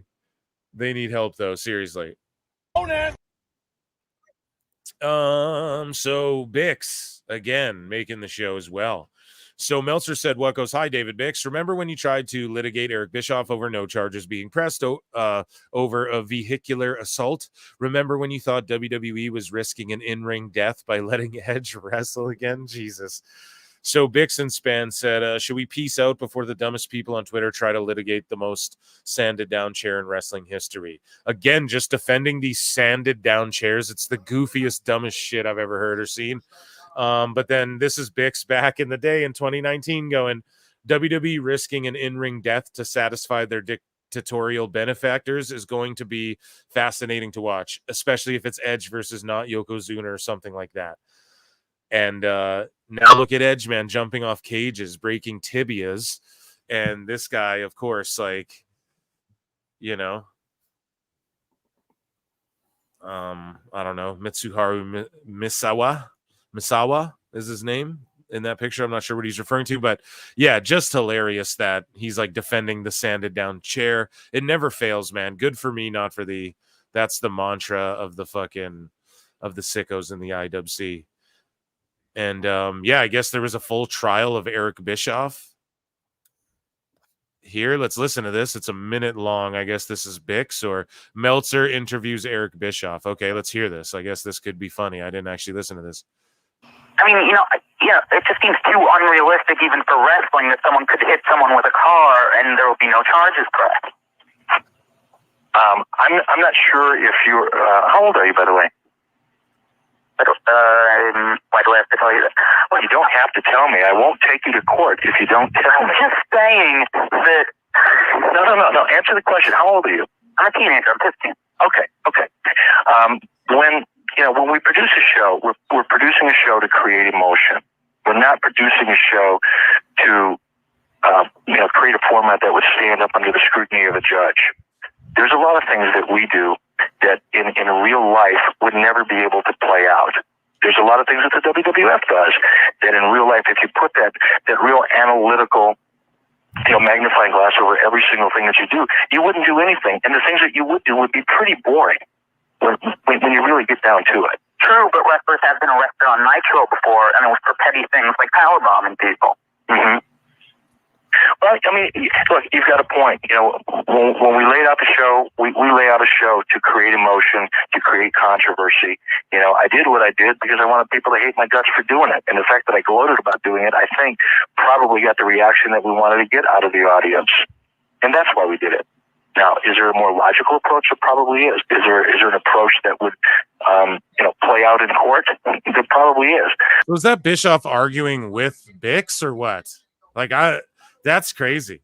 Oh shoot, we got super chats. El Guapo Diablo for $2 says off topic, but I hate LA Knight's finisher. Yeah. I love it, dude. Dummy, so yeah. you get a Dummy, fucking... yeah. No, I love you, dude, but yeah, I like the BFT. It's an awesome finish, in my opinion. I don't know. What's the sitch? For $4.99 says, yeah, I'm kind of worried about Nigel versus Bryan. I didn't know he had hepatitis, and I hate to spread stigma about body fluids. Could be contagious with Hep B. Yeah, and he took this big stance against bleeding in wrestling, and it's this big deal and blah blah blah. And then for him to just be down with AEW is kind of funny all this time later. Not funny, I guess, but just sort of I don't know. Money makes the world go round, I guess. Makes people, tuck away some of their fucking strong stances, But yeah, I don't know. I hope he's okay, and hopefully they just don't bleed all over each other, But I'm super down with him coming back to the ring for a one-off, but it's just silly how, he's just fighting Danielson. Does he get a world title shot or something? I don't know. But thank Acknowledge me. And then Pete in Texas, good to see you, buddy. Did you notice Kendrick Lamar didn't crater AEW ratings on the VMAs like he did Juneteenth? Yeah, exactly, because that was a fucking made-up story.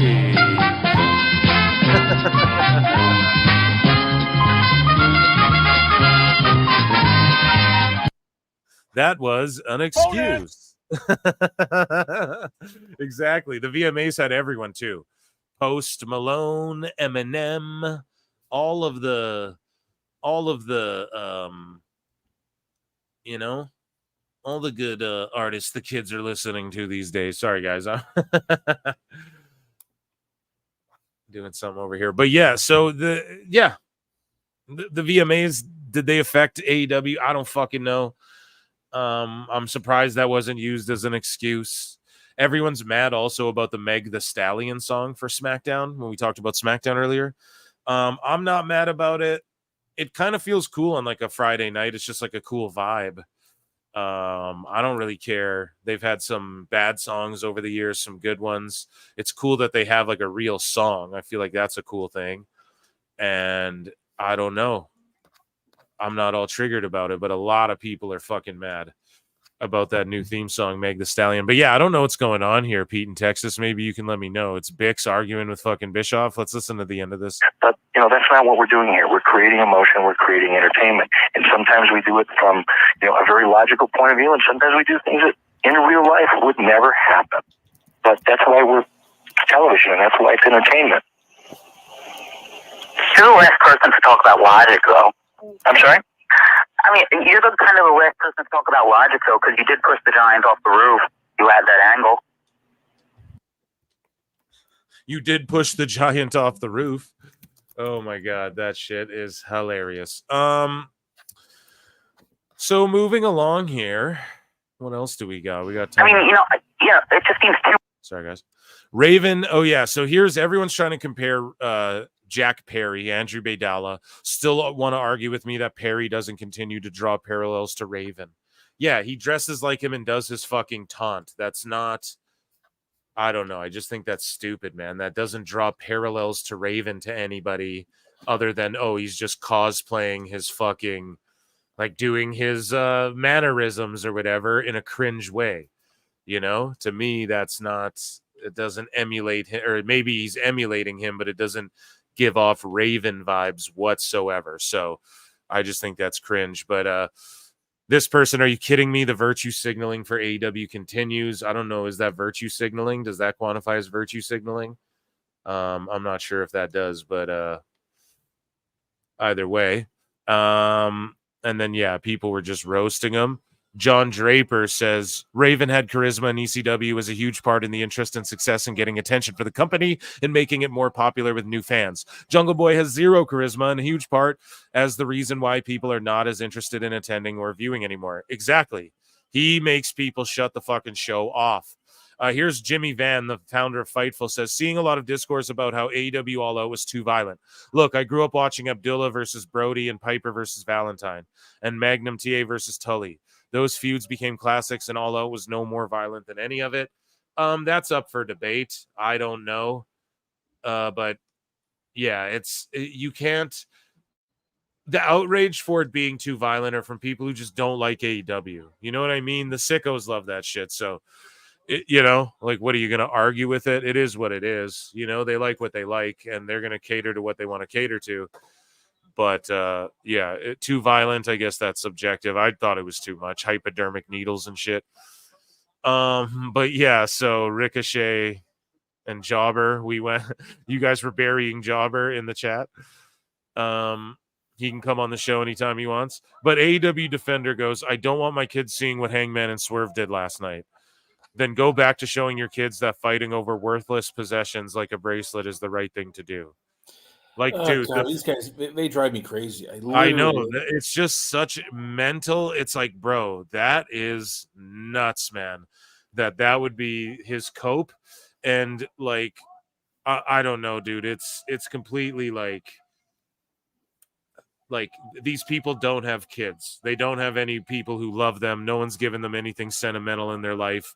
They don't have, I don't know. You can just tell. It's gotta be lonely, as Kanye West would say. So lonely,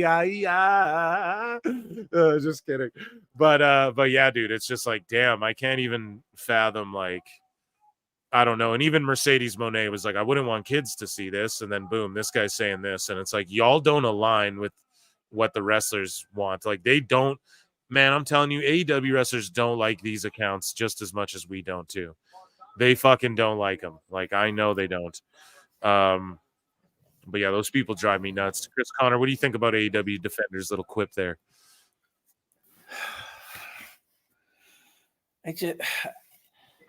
I don't get these fans. I mean, you say you want. All I hear from AEW fans, oh, this is real wrestling. This is real pro wrestling. Well, last time I checked, real pro wrestling wasn't guys drinking each other with people's blood, burning down houses, syringes. Do you want real pro wrestling, or do you want just XPW without the sex?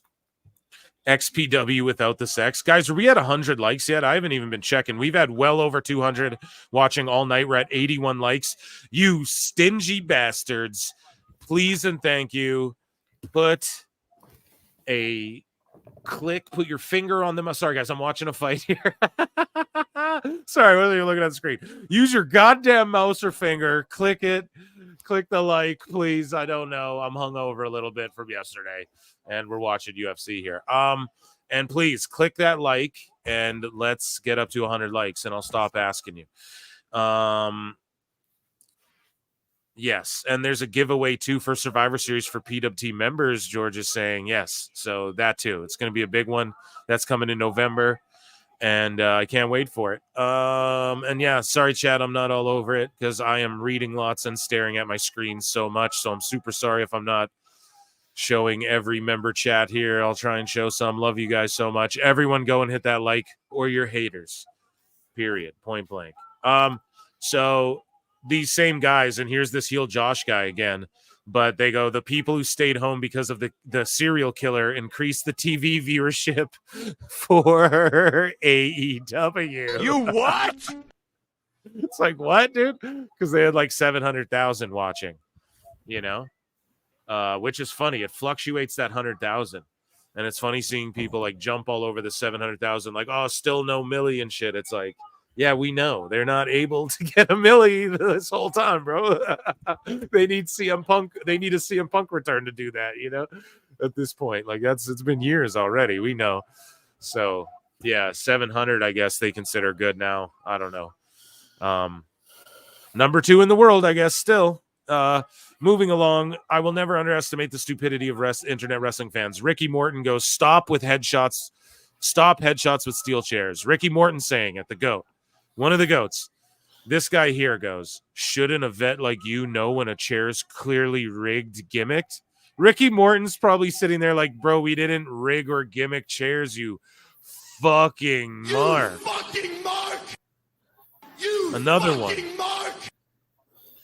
And if you're not sure, maybe ask someone who would know before you use your platform to send unnecessary hate to another wrestling company employing wrestlers. Maybe protect the business a bit more, Ricky.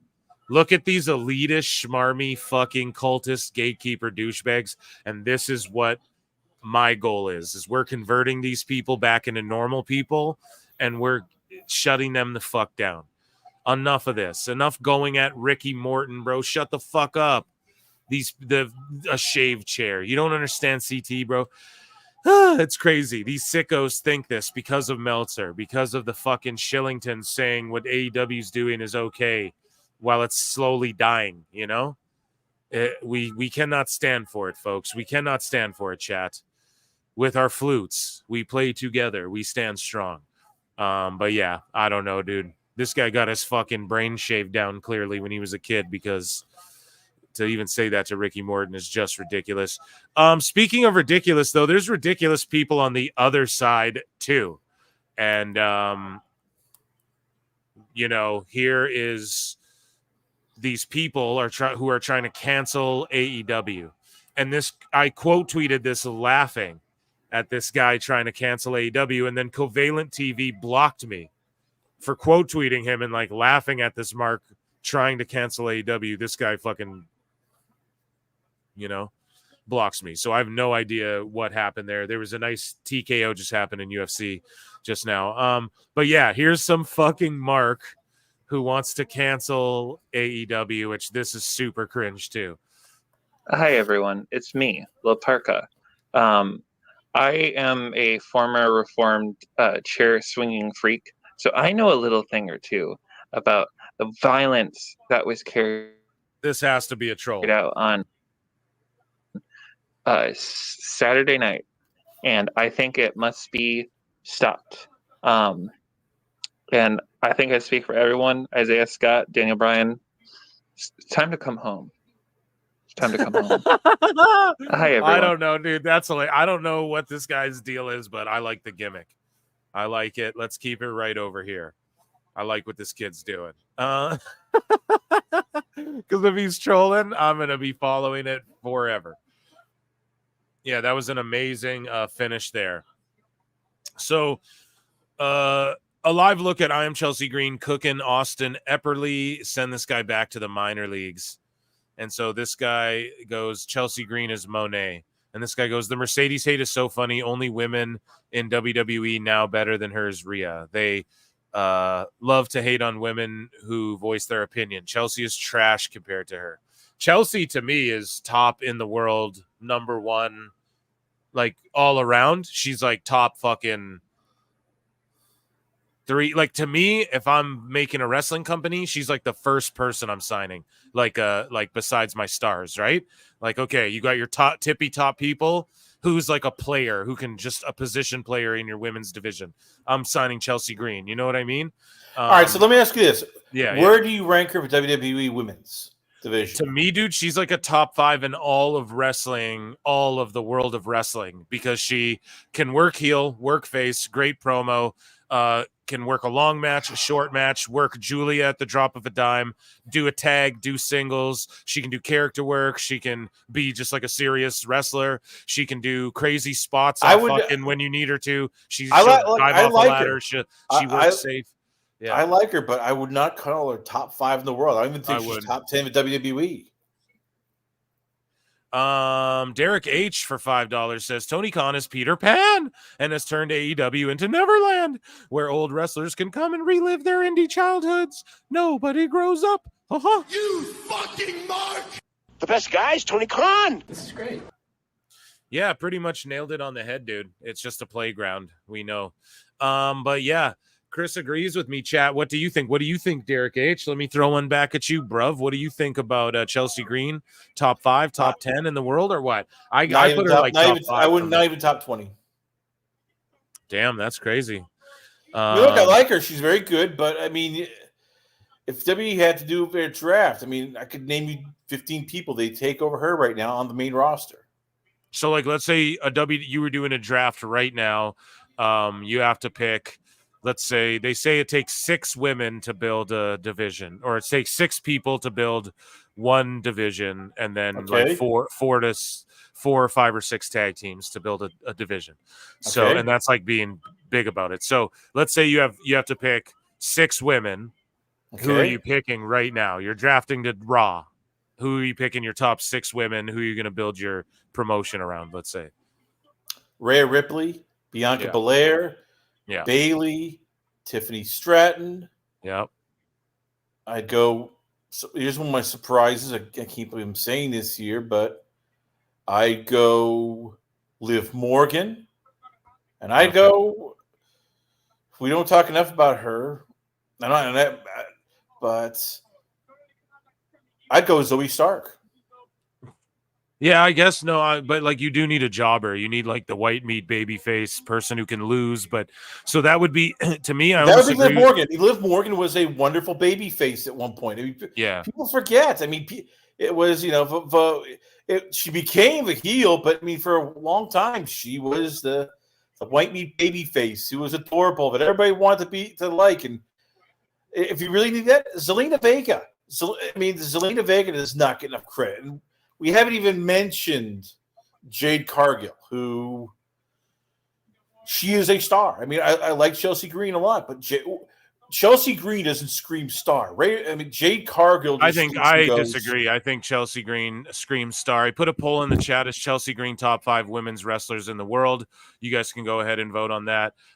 Here's the thing: you have to understand, you need someone too, like a Chelsea Green who can, but you already said that you would have Zoe and Liv in that position. So, and that's that's all. And even Zelina Vega. Exactly. And she's great too. Yeah. That's where subjectivity comes into it. I agree with you about almost your whole thing. I would take, if I had to pick 6, I would go Rhea. And we haven't even mentioned Charlotte Flair yet. Right. Exactly. I would take Rhea right now. If I was going to do 6, I would go Rhea, Bianca. Yep. I would have Jade Cargill. Okay. I would have Charlotte Flair. Okay. And then I would have Chelsea Green. And I have to think about who would be that last. So you're taking over Tiffany Stratton. Tiffy, that's my last girl right there. That's exactly it. Yeah. You're taking her over Bailey. Yes, I'm taking. That's who I'm taking. Oh, I'm taking all of them over Bailey. You're taking over Becky Lynch. Tiffy and Chelsea and them. If this is a new Fed, we're talking, right? So we're talking like everyone's on equal footing. Let's say like Becky's not the fucking draw she is right now, because that's unfair to do, right? Like, let's just talk. You're building your own Fed. Well, I know you're laughing, but it's like, if we're just starting from ground zero. Like, if you want to talk about, who are you going to build? You could start a wrestling company. I'm going Rhea, Bianca, Becky, fucking Mercedes. I'm doing all the top fucking the ones with the most stands. Liv, like I'm taking them too. But if we're just talking like ground zero, everyone's got to start with just like their skills. You're building a promotion. Who the fuck are you building your promotion around? You know what? We even mentioned I'm using Chelsea Green as like my mid to top lower. Like, she can do it all. She can, as a position player, she can lose. She can have good matches with the mid to top people. Eventually get in title contention. Maybe even win a strap one day. But she's just there to basically shine everyone up and like she's like a looming threat. Not a looming threat. I mean, she's like somebody who can win.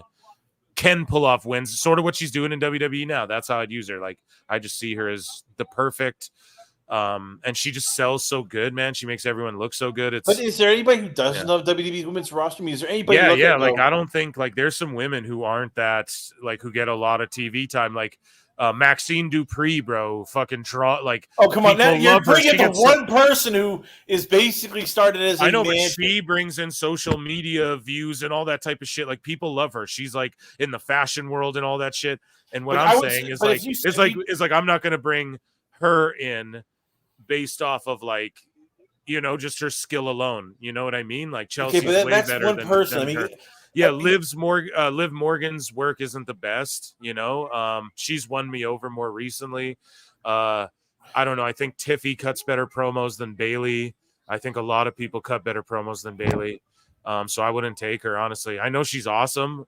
I'd have her as a coach, but if I could only pick 6, Bailey, I don't think makes my 6 for how I would be building my thing. Because you need a monster heel, you need a clear baby face, a clear heel as well that are top guys that isn't the monster heel. You need another baby face in there. You need someone who can switch back and forth. You need a jobber. That's the way I look at it. Like someone who can win. No, you really don't fight need a jobber. I mean, because that's what you can bring up, underlings for it. I like Chelsea Green.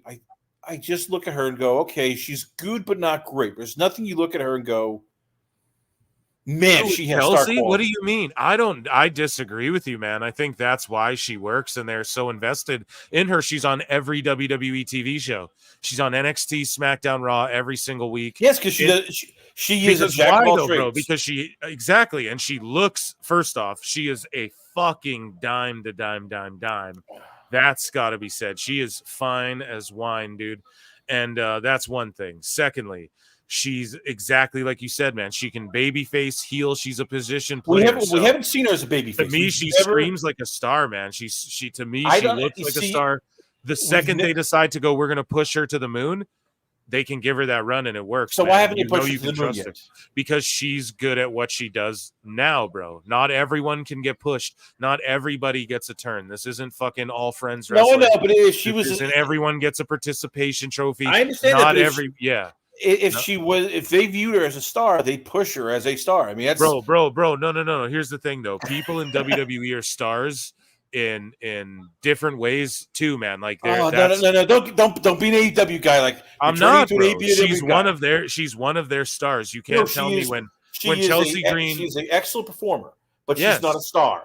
Please, I hate when people say. I don't know. I think everyone in WWE right now, main roster, you could say is like star level right now. If you're featured, it's so hot right now, dude. Stop. Yes, man. Stop. And they have people that represent everywhere. You know what?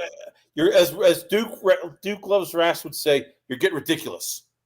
Everybody can't be a star. You could replace Chelsea Green, and I don't think you could just replace her in a heartbeat. You could do that with, I would even argue, Liv Morgan. Sure.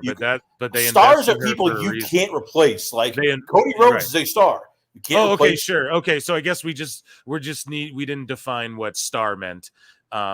Like, I guess, because we're talking like, okay, Roman's a star, but like that dude's a fucking superstar, like he's a super duper star, bro, to me. So like, yeah, she's not that level, but okay, if you want to define stars and like superstar, like they're all called superstars. To me, it's just, if you're featured on WWE programming right now with the business they're doing, you're fucking killing it, in my opinion. And she's featured on every fucking show, so to me, it's like, yeah, that's, we can't say she's not a draw. We can't say there's no evidence to prove that she isn't a part of all these fellows. I was thinking about this. So she's become the Natalia Neidhart. She is somebody who is I just dependable. think she's like SD Jones, man. She's like, she can job, but she might win, and she pulls off a win. She could get the tag belts, but she'll probably just lose. And right now, I'll be honest. If you were, let's say you're Triple H, and Tony Khan goes, "Hey, I want Chelsea Green. I'll trade you Mariah May." Do you say no, or do you go hell yes, and you run over? I'm sorry. What did you just ask me? Repeat that. If you were, let's say you're Triple H, and Tony Khan goes to you, "Hey, I will trade you Mariah May for Chelsea Green." Would you say no, or would you say yes? Mariah May for Chelsea Green. I would keep. Okay, well, hold on. Here's the thing, though, is that how old is Chelsea Green? And I'm not going to do the ages thing here, but how old is Chelsea? Because like Mariah May's really young. So like if you're talking right now, who would I pick? I'm picking Chelsea Green hands down. But Mariah May, though, if I'm running a business, though, I probably lean towards Mariah May because she's probably cheaper and you get way more years out of her. So that's me as a businessman. I got two answers. I hate fantasy booker. As a fantasy booker, I'm taking Chelsea Green all day.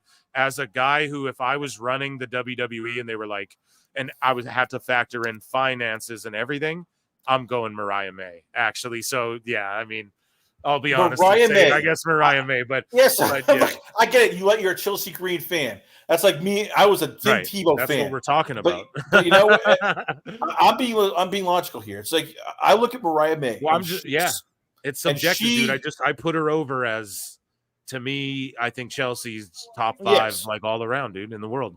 But I In look at, you know, women's how wrestling. this is. I remember speaking to somebody who's not even one of us. He is in the boxing MMA world. He looks at people because he goes, okay, can this person sell? Can this person market? He looked at Mariah May, went, she is a star. She is somebody who you can literally take anywhere in the world, and people. Okay, but if we're being technical, she's not a star though, bro, because you're saying you can take her anywhere in the world, but they're doing, since she's been in AEW, they've done their record worst business ever.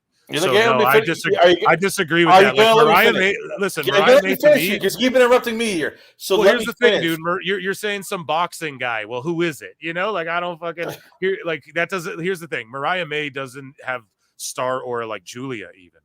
Like fucking to me, like Mariah May walks in a room, there's a million girls, if you go on Instagram, that look just like Mariah May. You look at someone like Julia and no one looks like her.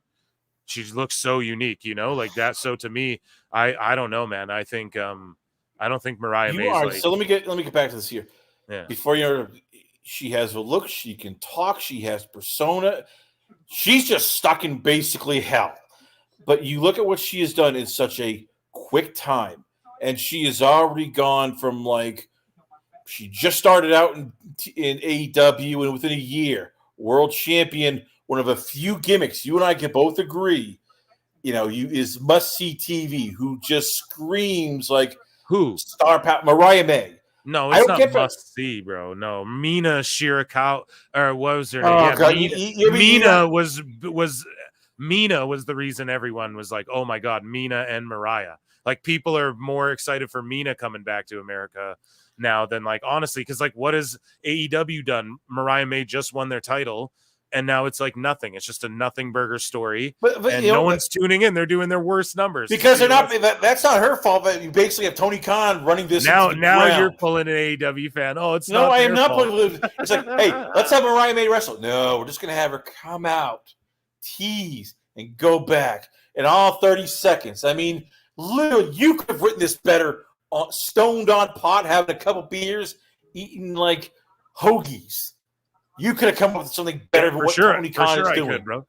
I'm 100% more creative than Tony Khan. I agree. Yes, I'd easily. But yeah, I don't think Mariah May, and I'm not trying to like hate on people's looks and shit either. I'm not saying no. I love the HLA, yeah. But what I am saying, and thank. But what I am saying is that, like, to me, Mariah May don't got that aura like that. She's hot as fuck, but I don't think she had, like, to me, like someone like Julia. I would take Julia over either of them too, if you want to break it down here. But I'm just saying, I don't know. I think Chelsea Green, if I'm building a Fed, Chelsea over Mariah, in my opinion, I would draft 100%. But I guess, but that's if I had Tony Khan money to spend. If I had to nickel and dime and I had to mind the P's and Q's, I would definitely probably sign Mariah for the longevity. I could probably get her for longer for cheaper, you know? So I don't know, but that's not always the right move either. Sometimes you got to invest in something good. So I don't know. It's just my opinion. I love Chelsea Green, but yeah, this guy goes, she's trash. And then she goes, unfollow me, Austin. And then this creep follows it up and goes, sorry, I don't mean to call this guy a creep, but he's like, sorry, princess, it's going to be all right. Like, yeah, don't call her princess, you fucking weirdo. And he deleted it. But, like, dude, you don't know her. Don't call her princess. That's weird. But here's Brody King. Like, Glenn Gilberti's going. So Disco Inferno says, nobody in the decision-making... Sorry, I don't mean to... Nobody in the decision-making process thought suffocating someone was a bad idea to be included into professional wrestling programming. And needless to, what audience was this directed to? And Brody King...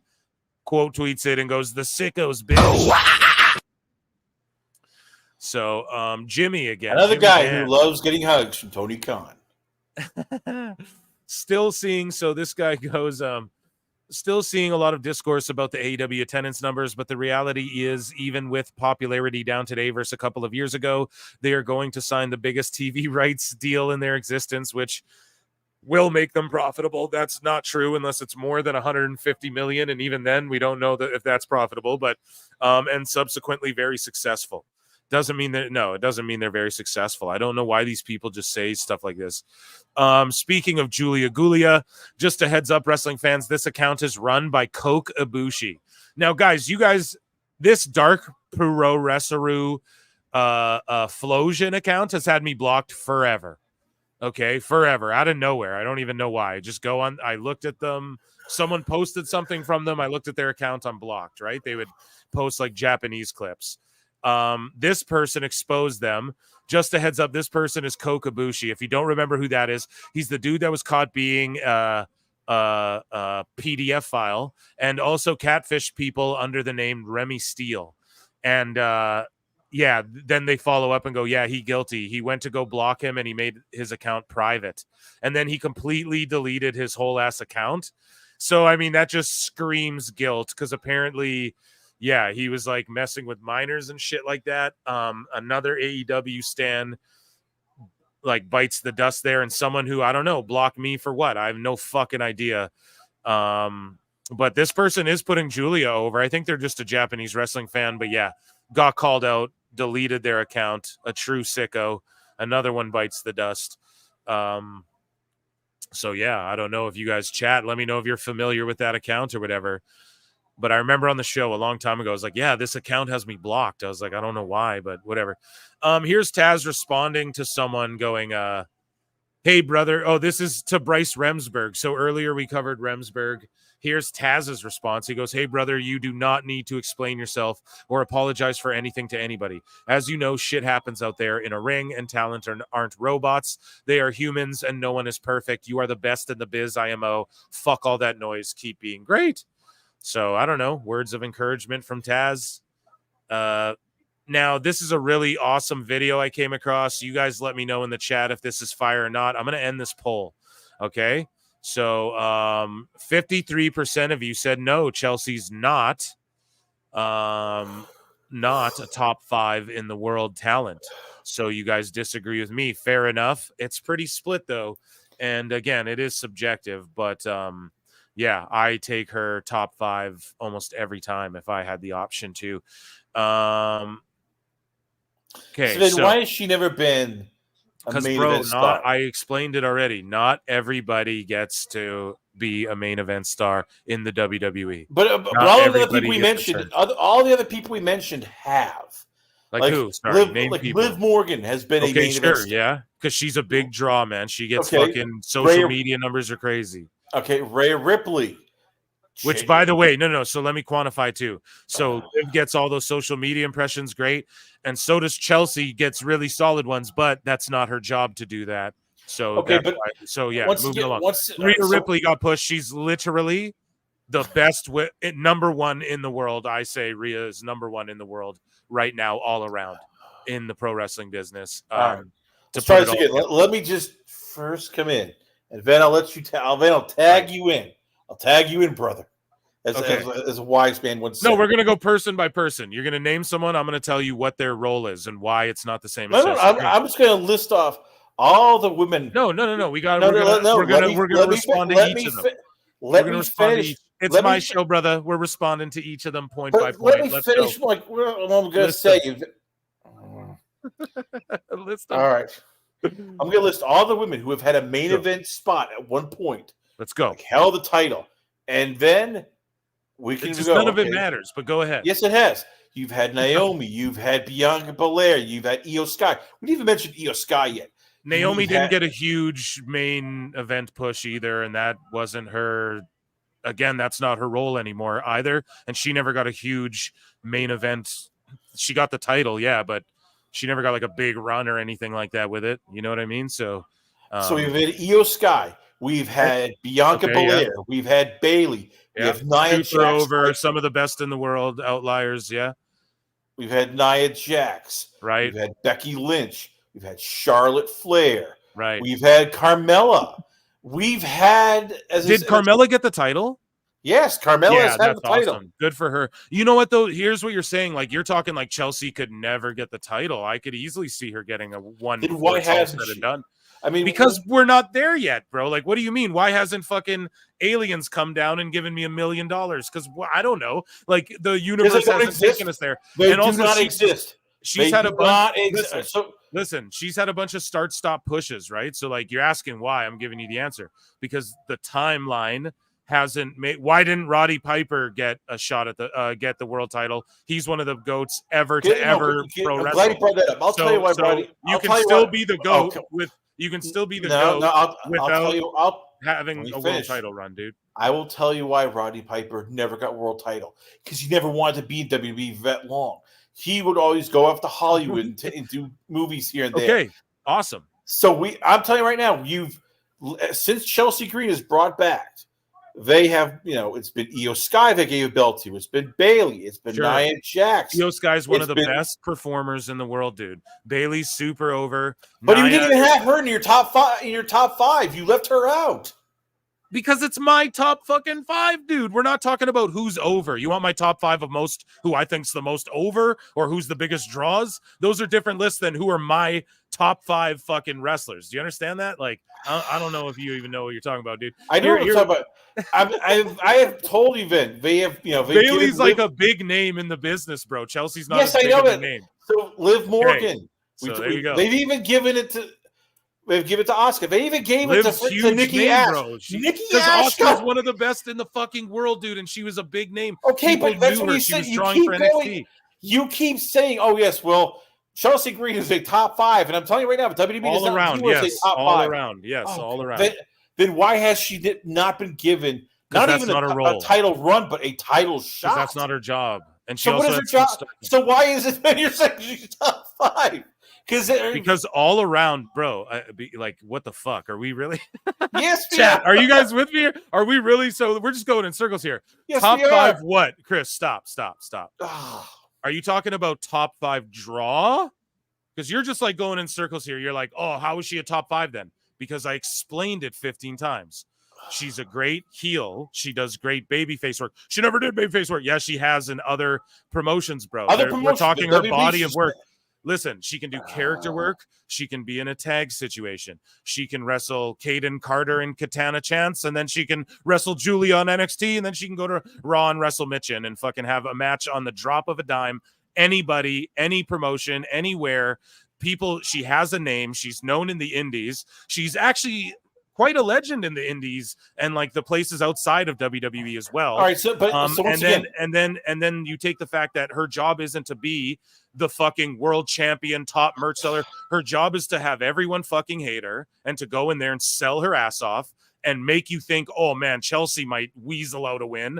God damn, that would piss me off. But she makes everyone look good. That's her fucking job, dude. And to me, that's super valuable to the grand scheme. Everyone's a draw, then nobody's a fucking draw. Like if your promotion's just like, if you want to talk about who's the biggest names, yeah. Like if I'm building a Fed just based off the biggest names, Becky Lynch, Charlotte Flair, like, yes, those are all my top fucking choices, right? But but to me, you need a Chelsea Green. You need someone who can lose and still come across as a threat to other people, who can be maybe a transitional champion one day, who can fight the lower card to the upper card, who can be a heel if you need them to, a babyface, be a character, be in a tag. She can do everything. So to me, all around top 5. If you want to talk about, oh, who's the biggest social media draw and that's why they put the belt on them, or who's the whatever, we know why they put the belt on Liv. She breaks the fucking internet. She breaks the internet, bro. So that's why they put the belt. I'll tell you, like, Chelsea Green is the female version of Baron Corbin.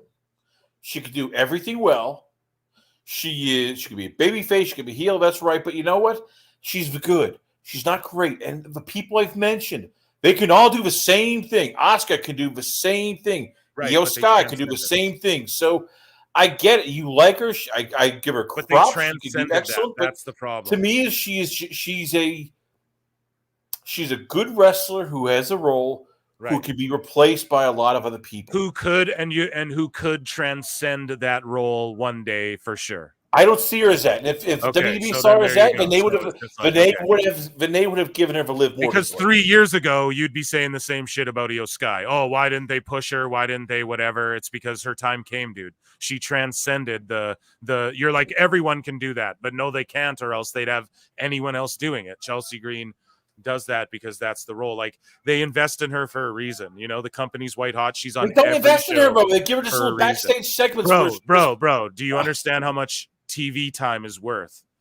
Yes, I do to go on understand. TV in front of 2 As I million said, people. she They is put her on the- every TV show they have. They did the same with Natalia. Did you also argue that? Oh yeah, Natalia is a top 5 draw because she could be. I never a said heel. she was a draw, motherfucker. So you keep doing that. We're moving on because you keep doing this thing where you keep like going back to draw. No, and you all are this just shit. admit Natalia it. Just admit it. is You've Natalia. adopted Chelsea Green. Natalia She is one of the best women's wrestlers all around. I would say of all time, not right now, but I would put her in like maybe the top. I would say, in my personal opinion, Natalia is like an all-timer as far as she's trained people. She continues to train people. Again, could have a match with anybody, was in that Divas era, was one of the first real women to sort of like, I understand the women's wrestling era came, not too even long ago as far as like the women's title coming back and all of that. But like, Natalia was one of the few like actual wrestlers in like the Divas era and stuff like that. And yeah, I consider her like, she's up there. She's like one of the legends in the pro wrestling business. I would honestly say that about Natalia. Yeah, I love her too. I was never like her biggest fan, of anything she really did, but legends. But yeah, so I don't know. Like Look, she's like, well, what? Will agree to Natalia not go disagree, in the Hall because of you and I Fame? will Like, that's start. the thing. I just don't even this. know what you're arguing. It's like I would never Because say I can- Natalia's I a am top arguing- draw ever. would I I am say that. arguing that WB is not. But she trains other wrestlers. She can go in there and have a match with anyone. That's what the business is about, man. That's And she's- anybody on the roster, Bo. It's like you can put anybody on that roster and they can have a match with this person, match with that person. Unless you're Sasha Banks, who has fooled people and going, "Oh, she could have a match with anybody." Then you Yeah, realize, so oh, no, you that's can't. not everyone. bro. Every It's not every wrestler. Does not having a title run diminish Mr. Perfect? No, for $2. Yeah, exactly. Oh, God. It doesn't. You're just None Mr. of these Perfect held people. the Intercontinental title. He was one of the longest reigning Intercontinental champions. He was an era where Hulk Hogan literally held that title hostage for like decades. So stop. Look, Phil, I love you to death. You know I do, because otherwise I'd let you go on with all this. But I'm calling a timeout. I'm throwing a flag, a 15-yard penalty for unnecessary, just over-the-topness. There we go. 15 yards.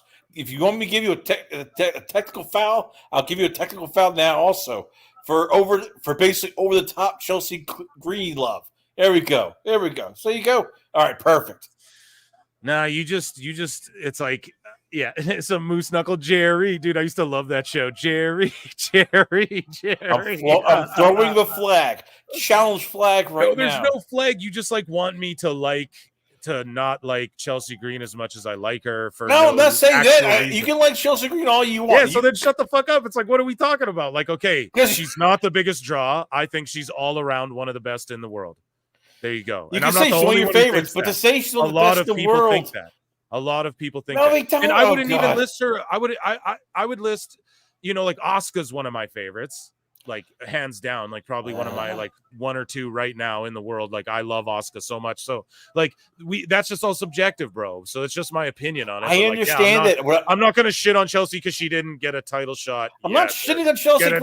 You title keep win saying, "Oh yeah, yet, you're or crapping whatever on it Chelsea is. Green." Because You are. I am telling you, I consider her one of the top 20 women's wrestlers in WWE. Awesome, But amazing. So they're the best in the world. We can agree on that. So then she's in your top 20 in the world. I said top 5 to 10 in the world. No, So I wouldn't say top. We're in the like world not because even that far off. And I you're would not, because I don't compare. You can't compare WWE to like New Japan. You can't compare. and move on, dude. Yeah, we're gonna skip it. The best guy's Tony Khan.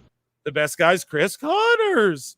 You guys are arguing top 5 though. Yeah, exactly. I can't wait to clip it. I just want to know is Chelsea Green gonna give you the love back?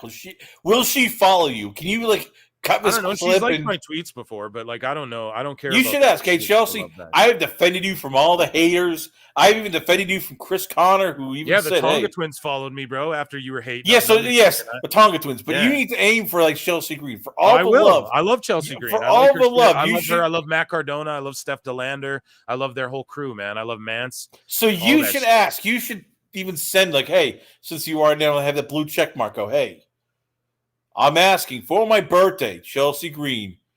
Can I get a follow? Can you follow don't like to ask for shit, bro. PWT? Why not?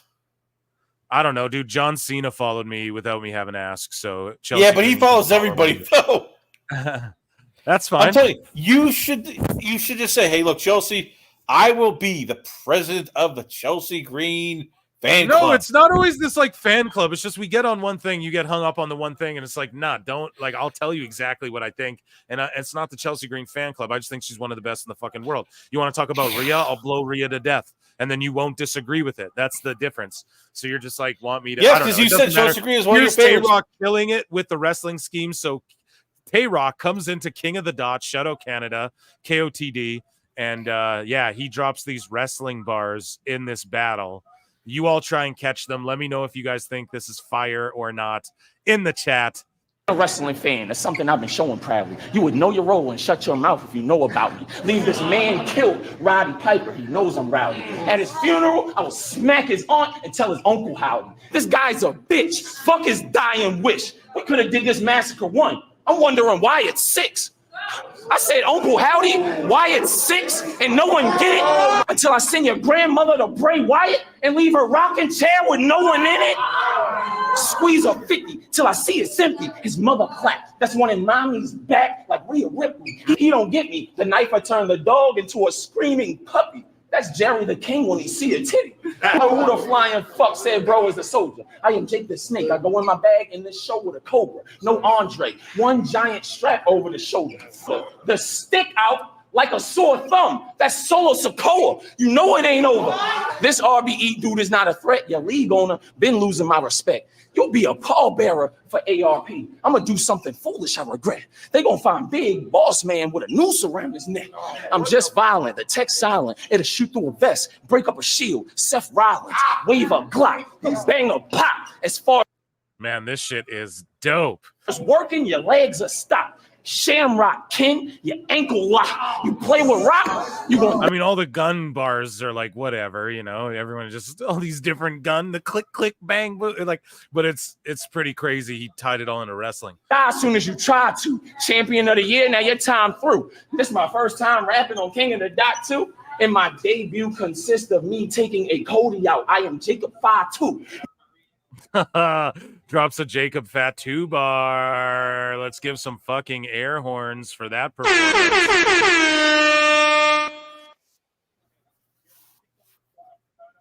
What are people getting timed out in the chat for what? Just being savages? You guys know what's up. It's all good. Kick him out. No cap. Who? Is there someone wiling out in the chat? Yeah, sorry about that, guys. Don't just ignore those fools. Yeah, here we go. Anyways, moving along. Chris, you're pissing people off, and now people are getting timed out of the chat. No, I'm just joking. I have no idea what it's about. But Meltzer said, just to recap, you're working on a piece about the toxic backstage at SNL, which promoted white male privilege while simultaneously calling a black man, Mark Henry, the Samuel L. Jackson house slave character who does his white master's bidding in Django. How liberal of you. So this guy goes, I'm waiting for the expose piece on the toxic backstage at SNL and how it was particularly difficult for anyone not male and white. When is someone going to spill on a podcast? And then this same guy goes, Mark Henry is too busy licking Vince McMahon's boots to notice, and then put a gif from Django. Yeah, I don't know, man. That's virtue signaling. That's the bullshit that annoys me so much. It's like, man, people are fucking people. God's gift, never forget. Mercedes Moné will be the biggest and most important signing ever to All Elite Wrestling, even over CM Punk. Dude, it's funny. Never worked out that way. Did it. Mercedes Moné, not even close in my top 5, guys. I'm taking Green over Moné every time. Danielson on the debates between storytelling and in-ring being more important in wrestling. Now, I thought this was stupid, dude, and I responded to this. But Danielson says, like, one of the things I also don't understand is in-ring wrestling is storytelling. Literally, if you go out there and you do a wrestling match, there's no story to it whatsoever. It's garbage. Yeah, Danielson, we know. But the thing is imagine you open a book and just Harry's fighting Voldemort, and then you're doing flashbacks and telling everyone about, because you're not even doing that in a match, but you're just like doing things, and people are like, well, why would this matter? Why would this move matter? Why would this, he's working over his neck. Why would that matter? Or you open a book, You meet this kid named Harry. He lives under some stairs. You find out he's a fucking mudblood. He goes to a wizard school. Find out this guy's stalking him, trying to kill him since he's a baby. You know, like think about that. That's a story, dude. So, yes, the in-ring is storytelling, but it's like part of the storytelling. It's like a chapter in the book or some pages in the chapter, or like it's not the whole. It can't be the whole thing. And like, he should know this better than anybody, right? So I don't know. He talks about books. He goes, it would be interesting for me to read it to see what their arguments are. Because if it's WWE style storytelling versus in-ring storytelling, what are the pros, cons, whatever it is? Because Danielson, you can't tell a story just in a match. Just like you can't tell a story at the level that a Yeselmania, which is my response. He wants to hear the argument. Here's the argument, Danielson. You can't get a Yeselmania level reaction from people from just wrestling matches. Let's say you had 10 matches just in a row, no promos, no nothing, no vignettes, no nothing.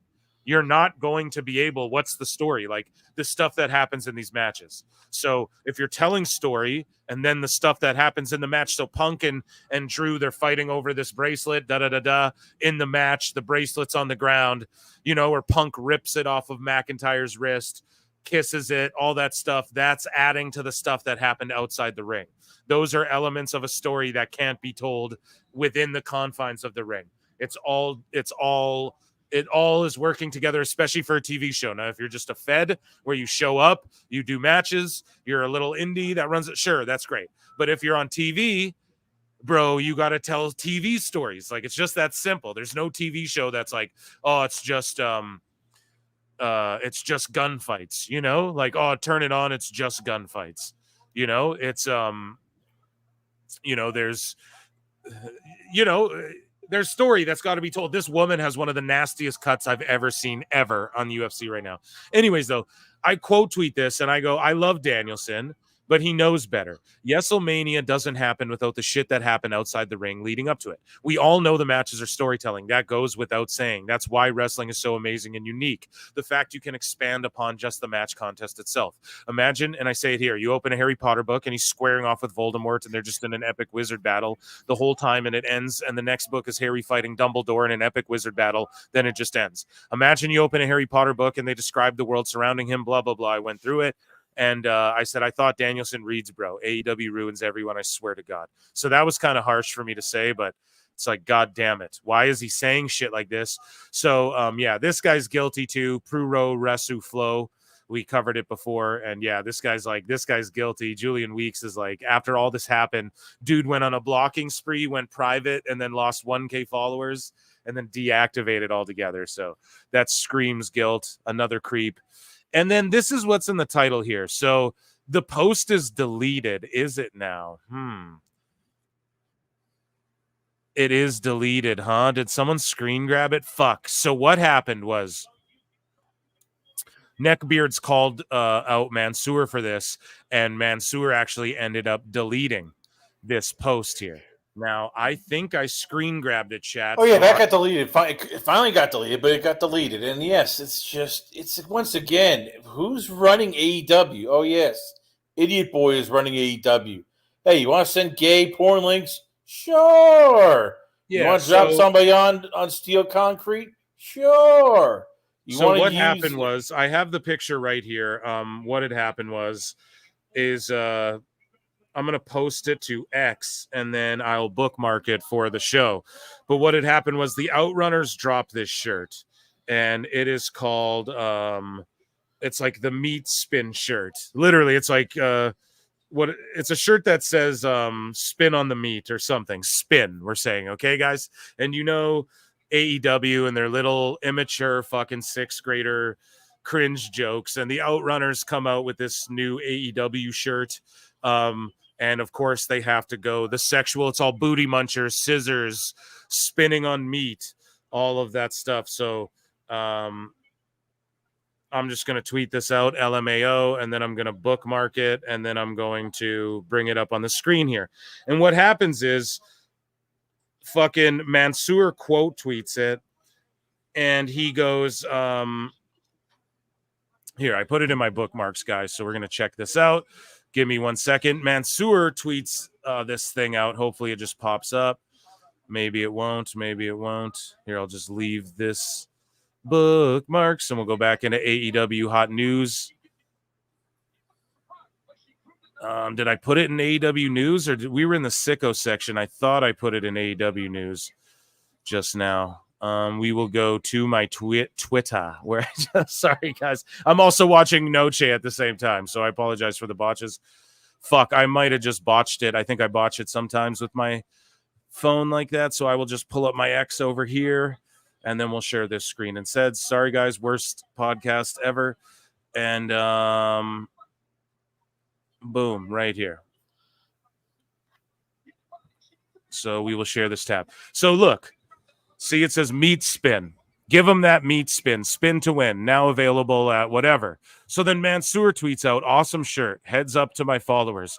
AEW employees get special discounts on merchandise using unique links. It's 50% off if you order it directly from meatspin.com.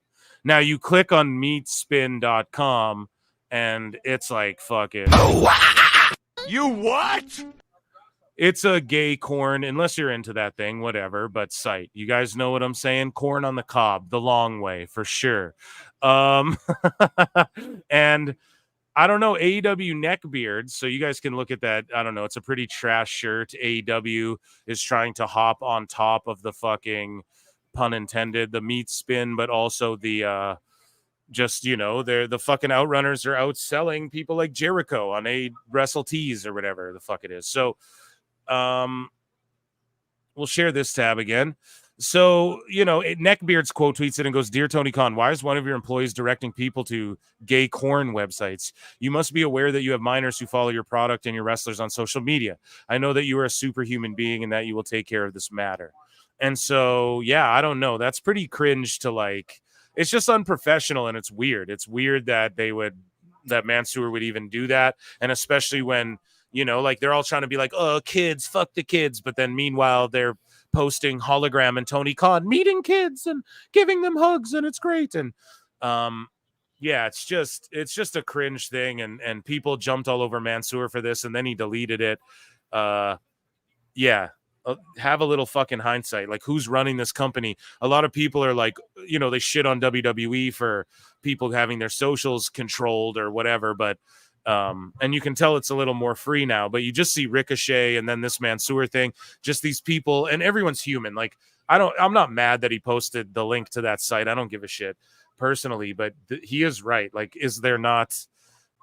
Maybe, I don't know, if you want to make the argument no one's watching AEW and then say, oh, I'm sure there's kids that watch that, whatever, would click this link. But yeah, it's just being a little responsible with the platform you have, I guess. And it is just cringe. They always go to these fat and dick and fart jokes, it seems like, in AEW. It's just silly. Speaking of just silly, NWA talent have been siphoning gas from fans' cars during the shows, dude. So on Reddit, in the NWA's Reddit, dude. Anyone else hear about this? There has been a lot of chatter about this, and apparently it's quite the problem at the shows. Fans are reporting seeing guys like Rolando and that sleazy-looking merch guy siphoning gas from parked vehicles, dude. Oh, my God, dude.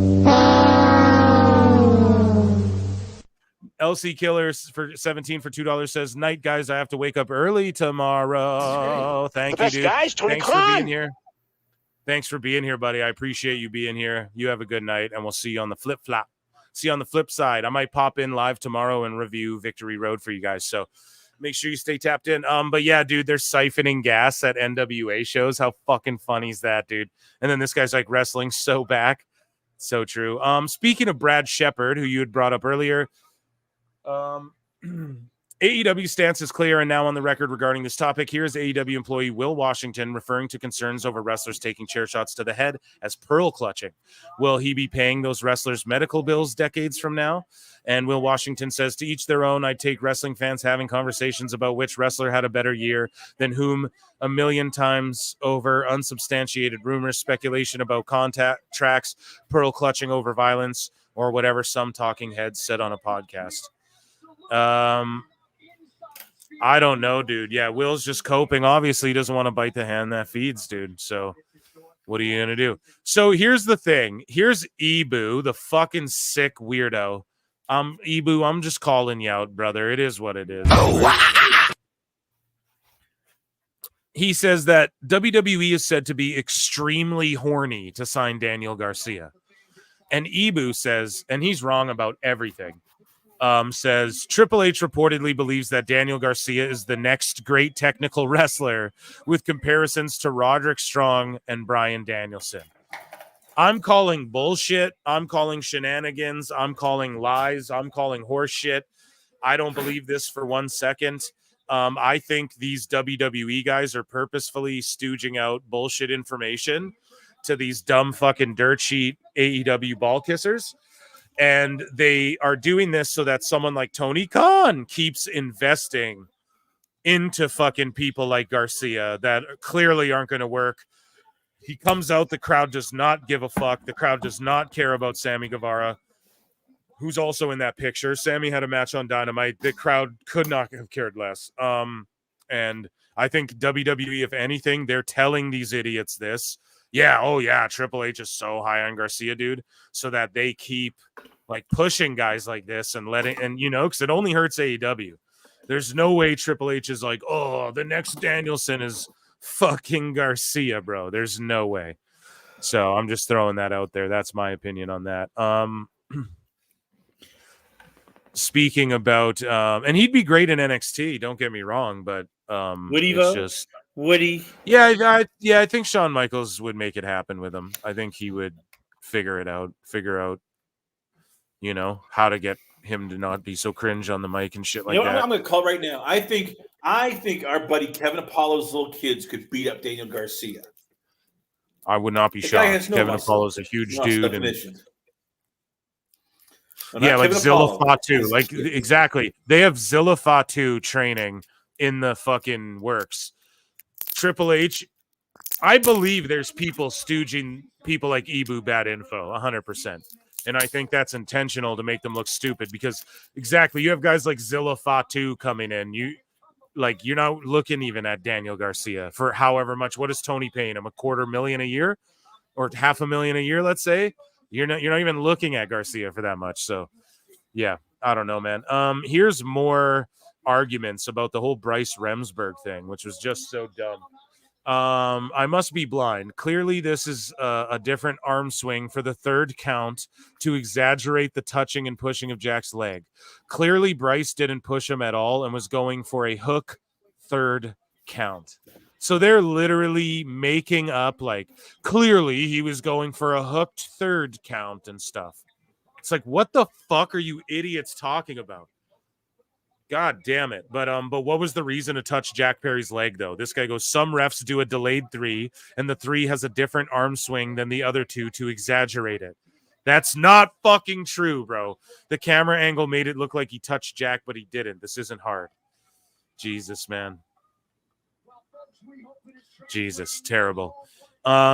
So this guy, Wrestle Cringe and Awful. I can't wait till all these accounts, I think they all have each other blocked, but I can't wait till all these accounts go to war eventually. Like all the full on like AEW Defender versus AEW Awful Wrestling. You know, like I can't wait till there's a civil war breaks out.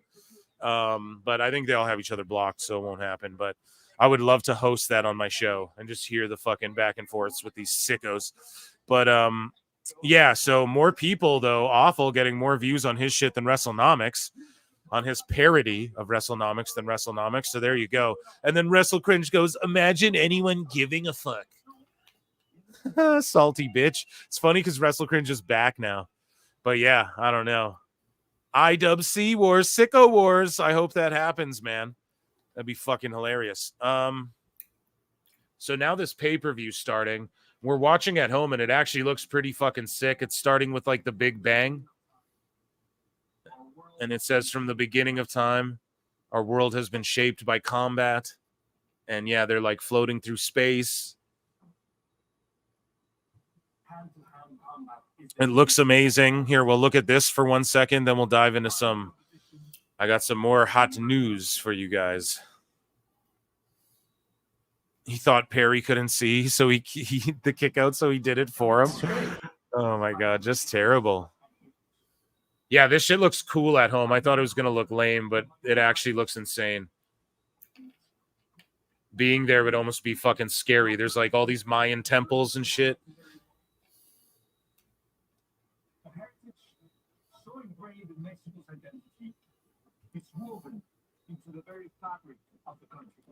This is pretty amazing.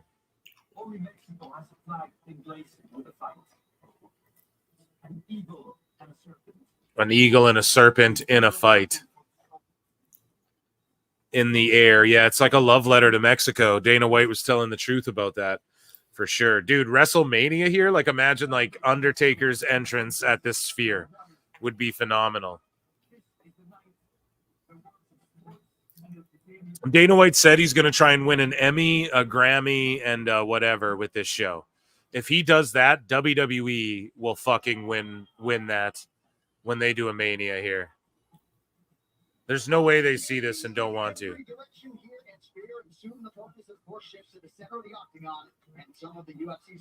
Yeah, everyone's looking around like this is crazy.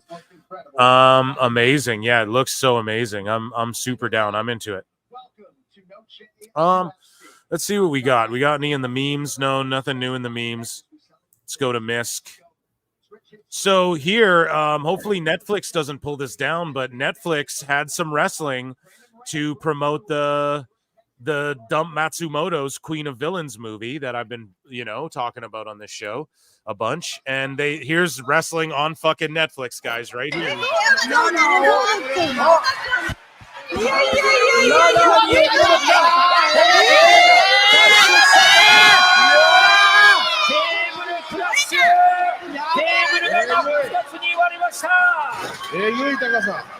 Fucking amazing, dude. Wrestling on Netflix. I can not wait. Negflix B.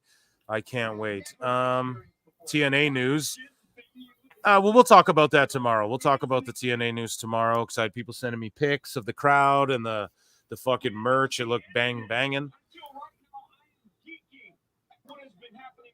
Let's check out some WWE news, see what we have. We don't have a lot, so we'll do this. So this trash community got Isla Dawn. She fucking deleted her Twitter, and I'm sure she's always arguing with people about fucking, not arguing with people, but she's always giving opinions on like sort of political oriented things. Oh yeah, I would bet WWE told her you got to cancel this because after the whole Logan Paul thing, they probably had to talk with her like, hey, you got to stop. And when she went back, they probably said, all right, you got to delete your Twitter or else, yeah, we're going to pull your push. So what happened? Was she going hard on Logan Paul or something? Oh, yeah. She made it when Logan Paul went hard on the Khalif of cannot transgender I know the transgender boxer or whatever. She's not even transgender. I know all that, but that's what Isla was upset about. She was going at Paul. Oh yes, because that's crazy. See, I didn't know that, but I've seen her like arguing about just like kind of political stuff, and I'm like, yeah, see, that's gonna turn people against you every time. Whenever we talk about Trump, dude, I try and make it as funny as I can, because he is a Hall of Famer. I got to talk about him like when it's wrestling related, sort of, So, like, I get it. You don't want to turn people off with like giving political views. It's cringe, Especially WWE. They, as I was arguing with Duke today, they are becoming what Disney was, where in terms of back in the day, everything is wonderful, everything is PC, there is no drama. They don't want any of their active wrestlers to talk politics. They have or anything controversial. You don't even see like Sami Zayn boast like grabbing, anything political. They are keeping that on lockdown because they understand. You come to WWE to escape reality. It's a fantasy. You bring the kids. Everybody has a great time. They don't want to turn out to be like Disney, where they've lost a ton of money because Disney's gone very political, very LGBTQ active. They have social justice. Hell no, that's not good for business. Well, Chris Connor, what are your thoughts on WWE bringing back Saturday night's main event and Jesse Ventura slated to return as the color commentator for the show on Saturdays? I mean, look at NBC is gaga for WWE. If they do it right, I'm for it. Jesse Ventura, really? Yeah, you could. Bro, Jesse and Punk and fucking, I'm already picturing it. Jesse, Punk, fucking Michael Cole, something like that. Could you see that Punk doing commentary? I think one day the commentary team will be Punk and Big E. One day, I think that will be like the color commentators for like Raw and SmackDown or something like that. I don't know. I mean, because that means you want to do that forever. And if you're Big E and if you're Punk, Punk's already dabbled in acting. He's dabbled in other stuff. I mean, I could see him doing that. I could also see him take a couple of years off and going, all right, let me try Hollywood again. He has connections with the Sons of Anarchy people, because he was on Mayans. He's written, for Marvel. I mean, I could see him getting into other stuff.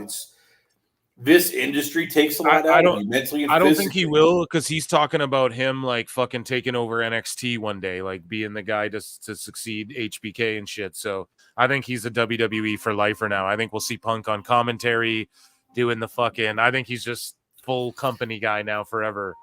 And then he can go do the movie still. He can still go do that, because now WWE's letting people do that shit, Everybody says that, but if you do movies, that's 6 months where you're off TV. So right now, yeah, but they need that, because you're the guy who always goes, what are they going to do with, they already have a bloated roster? That's what you do. You let people go away. I understand that, but then they come back. Yeah, like Drew McIntyre. Look, dude, he didn't lose any momentum at all. Drew McIntyre's scenes didn't take that long. It was. I know, but now you're fucking now, but you don't know. Here's the thing. Now you're picking and choosing. Like Drew McIntyre went away, did that Killer's Game thing, and now he's fucking, and he's at the tippy top of his game now. You know what I mean? We can't be like, oh, it wasn't a long shoot. I'm saying nobody here's the next Tom fucking Cruise. We're talking like CM Punk, if he wants to go shoot a horror flick, he can go do that. If he wants to be on Mayans or whatever the fuck the show is, he can go do that. But he wasn't. No, he can't, because when you're on Mayans, yeah, this is an old WWE, dude.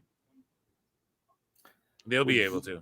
You gonna let me finish, or you gonna keep doing? And he's doing a horror movie. Actually, did you know that Punk just signed on to do a new horror movie that's coming out? So yes, horror movies usually can take maybe a month at tops. It's everything you shoot, bang, bang, bang, bang.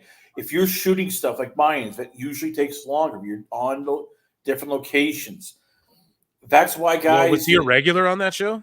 Yes, he was a regular, semi-regular. But yeah, okay. So I get how all that works. Trust me, I work in the biz, but I know that heels, when he does that, like he's, you know what I mean? He does, his shit is shot like they do that probably all in one too. So who knows, bro? Who knows? But they'll be allowed to do these shorter shoots. Like now you're like, oh well, no, they can do stuff as long as it doesn't take too long. Well, exactly.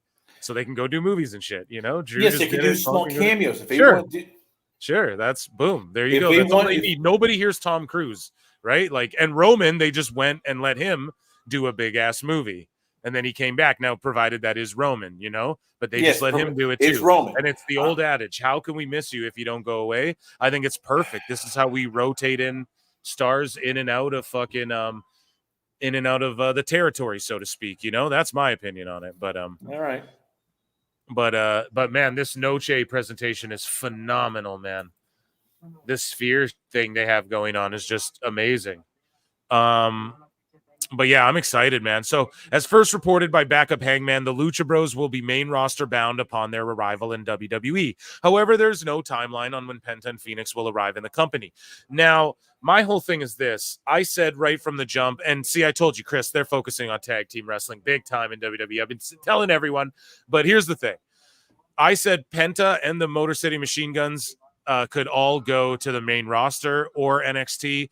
They want the Machine Guns to be the face of tag wrestling in NXT. You got to think like Penta and Phoenix might be, the face of the Raw tag division. Like they don't really have anything going on the Raw side. SmackDown, there's a little bit more going on, but I don't know, man. They should just merge all the fucking belts and have it where the champions go on whatever show they want. Like back in the day when The Undertaker had the undisputed belt, but then that means they have to get rid of the world heavyweight belt and all that. So I don't know. Maybe you keep some of the belts exclusive, but those tag belts, like you need to really fucking just merge the main roster ones and then have them go back and forth like the ladies do.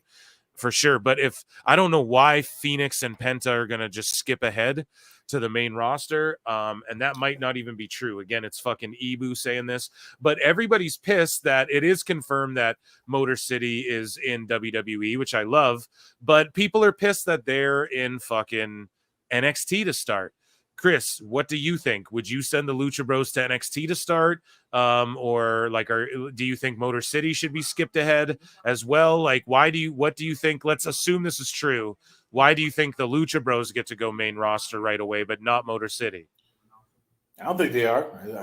I would say that both Lucha Bros and both Motor City Machine Guns, they're staying in. They're going to NXT first. Yeah. There's no room, especially now when you keep hearing that that Netflix is turning Raw into a 2-hour show, not 3 hours, 2 hours. So No, but it goes back when they go to Netflix. Raw is only 2 hours for the remainder of their time on USA, and then when they get on Netflix, it's going back to, well, that's the thing on Netflix. There's no even necessary like a time. There's not even necessarily like a time limit. Like obviously there is based on their building, but we might get a Raw that's 3 hours and 10 minutes. We might get a Raw that's only 2 hours and 48 minutes one week. We might get you know what I mean? Now, I'm not saying they're going to shortchange or play games, or it'll still be formatted. Like you have to do that to make a good show. You need somewhat of a time constraint, but it's the same way. Like, Squid Games comes out, one episode's 30 minutes, one's 45. You know what I mean? Like they can get away with that a little bit too. There's no like, oh, we got to get off the air before, like the overrun or whatever the fuck. But yeah, the Raw thing, a lot of dirt sheets misreported that. The Raw isn't remaining 2 hours when they go to Netflix. Only for the remainder of their time on USA is the 2 hours. According to who? According to the news. Like I covered it on the last show. That's why it's not in my bookmarks now. Because just the sheets ran with it. They're like, oh, it's 2 hours in the Netflix era, and they clarified. Like someone clarified. They're like, no, it's not 2 hours in the Netflix era.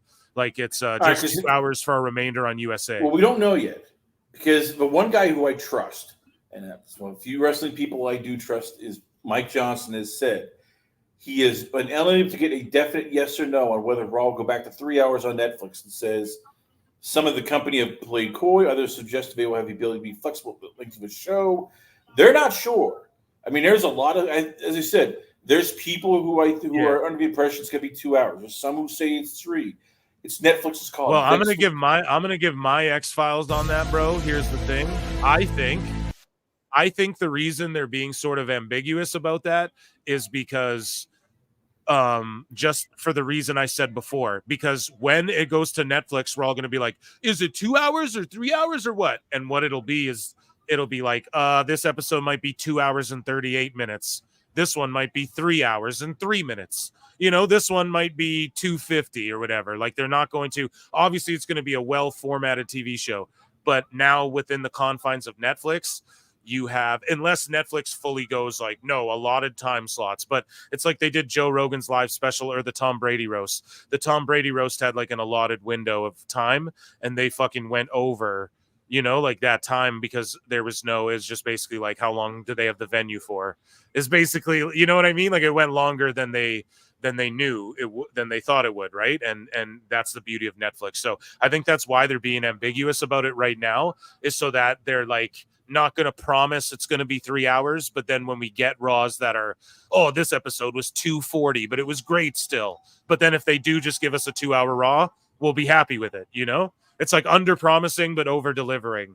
That's at least my method to it. That's the way I see it. So in other words, you don't know, like most of us here, we don't know people. No, we don't that's know, what we're saying. but I can see them doing something like that being the reason. No, we're not going to be like Dave Meltzer, just pull a little rabbit out of our ass and go, yeah, we really know. When we don't know. I'm telling you right now, everybody. Phil Marks the fans does not know. No, I don't know. I don't know. Does not know. That's why I hit the X-Files and I was fantasy Mark booking there. Yes. Anybody what we do know is that the third hour increase, like that's that extra money. Like the more show they have. Let me jump in here. The more ad revenue they get. Yeah. Anybody who says they know is lying their asses off. Yeah. Say that. You're lying. Liar. Fibber. Everyone's saying yes, we do know in the chat. They're like, no, we do know. They said that it's not 2 hours. Like it's Netflix is going to play commercials still, right? No, I think it'll honestly be commercial free, but they have tiers now. So it's like now you get like it depends what you pay for. You know what I mean? So Once again, we don't know. But like the Prime sponsorships and all of that stuff, like you know how like on PLEs there's a match where this is brought to you by like Beyblade, and then there's the Beyblade thing in the background. We'll have that on Raws, I bet. Like as we'll have like they'll take on more advertised matches. Like there'll be more. This is brought to you by Wendy's and shit. Like you're seeing that way more now. So I think we'll get that on Raw as well, like more sponsors like that. But I don't think they'll run their own ads, right? Like it's not like WWE. This is what'll happen, guys. It'll be like a PLE. So like in the middle of a Raw, they'll break it up like, commercial break, but it'll be broken up into like, here's an ad for WWEshop.com, or here's the ad for like our documentary or our shows coming this summer, like just their little packages they play people during PLEs. That will be the commercial breaks during Raw on WWE's end of it. And then other than that, we'll just get reads like, have it your way at BK or whatever. And then, Netflix, just depending on your tier subscription, there'll be ads. So it'll be amazing. I'm going to tell you right now. It's confirmed to be 3 hours. People are saying in the chat, 3 hours on Netflix. It's confirmed. It will by be who? Who's it been confirmed? I don't by? know, bro, but you're saying shit too. So it's like, let's go. Somebody. I'm telling you right now, everybody who's confirming this is lying their asses off. I think WWE confirmed it, bro. That's why it's like I'm not ready yet. We're gonna find it. We're gonna find it. All right. We're gonna fact check Chris live on the air here. We're gonna figure it out. Raw. Here, I'm sure there'll be a statement if I just Google it or Reddit it. In the meantime, while you're doing that, I'm telling you people right now, Raw 3 hours. Even commercials Netflix. Is up for debate, because if anybody thinks WWE is giving up all that commercial money, you are a silly little goose, as they call it. You are just silly. Nobody gives up a big pile of money. You are even Phil Marks would not give up that big pile of money. He would go, no, that is my money. Yeah, I don't know. It just says when you Google it, it says that there's like it's like conflicting reports, but then there are conflicting reports. Everybody's bull crapping you. I know, but they're relax. pulling your leg, you people. I'm not talking to you, Phil. You know better. Yeah. But then there's a bunch. But then there's a bunch of people though as well who are saying no. It is 3 hours. We asked, like even Cultaholic. I know they're not the best. They're fucking Meltzer marks and shit. But I mean, yeah, they. So they're the people who also say, "Hey, the Earth is flat." So according to Meltzer, it'll return to 3 hours. Well, he's wrong. I guess that no.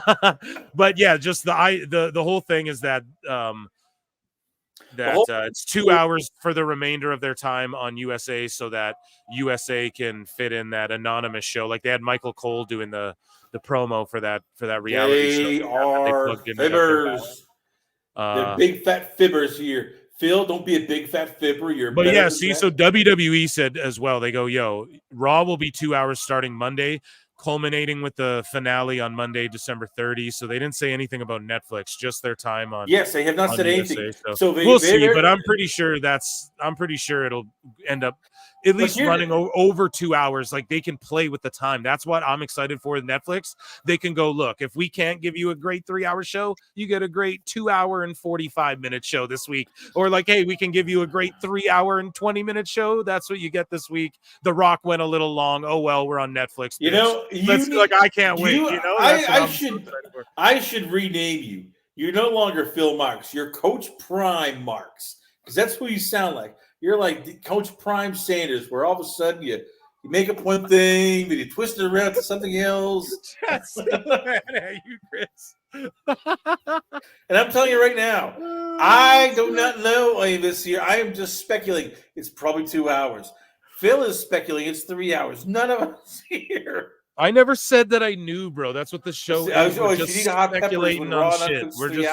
We're just talking shit, bro. I don't know what's so triggering about that. But either way, I think it will go to 3 hour or they'll be able to play with the time and it'll go back to more likely 3 hours. But Cultaholics, speaking of them, they reported something talking of WWE scrapping shit as well. WWE is reportedly scrapping Def Rebel as their music partner and will not be renewing their contracts once they expire. It is expected that WWE will use mainstream artists going forward. So does that mean for pay-per-view? So does that mean like Jacob Fatu's coming out to fucking Thunderstruck? Or you guys know what I mean? Like, does that mean they're going to just license for everybody now? I highly doubt. This is PW Nexus. Again, just a dirt sheet. Who knows if they're being factual here? But I think if they move on and go with someone else than Def Rebel, that's fine. But you have to have like in-house. Oh, O'Day just knocked this dude.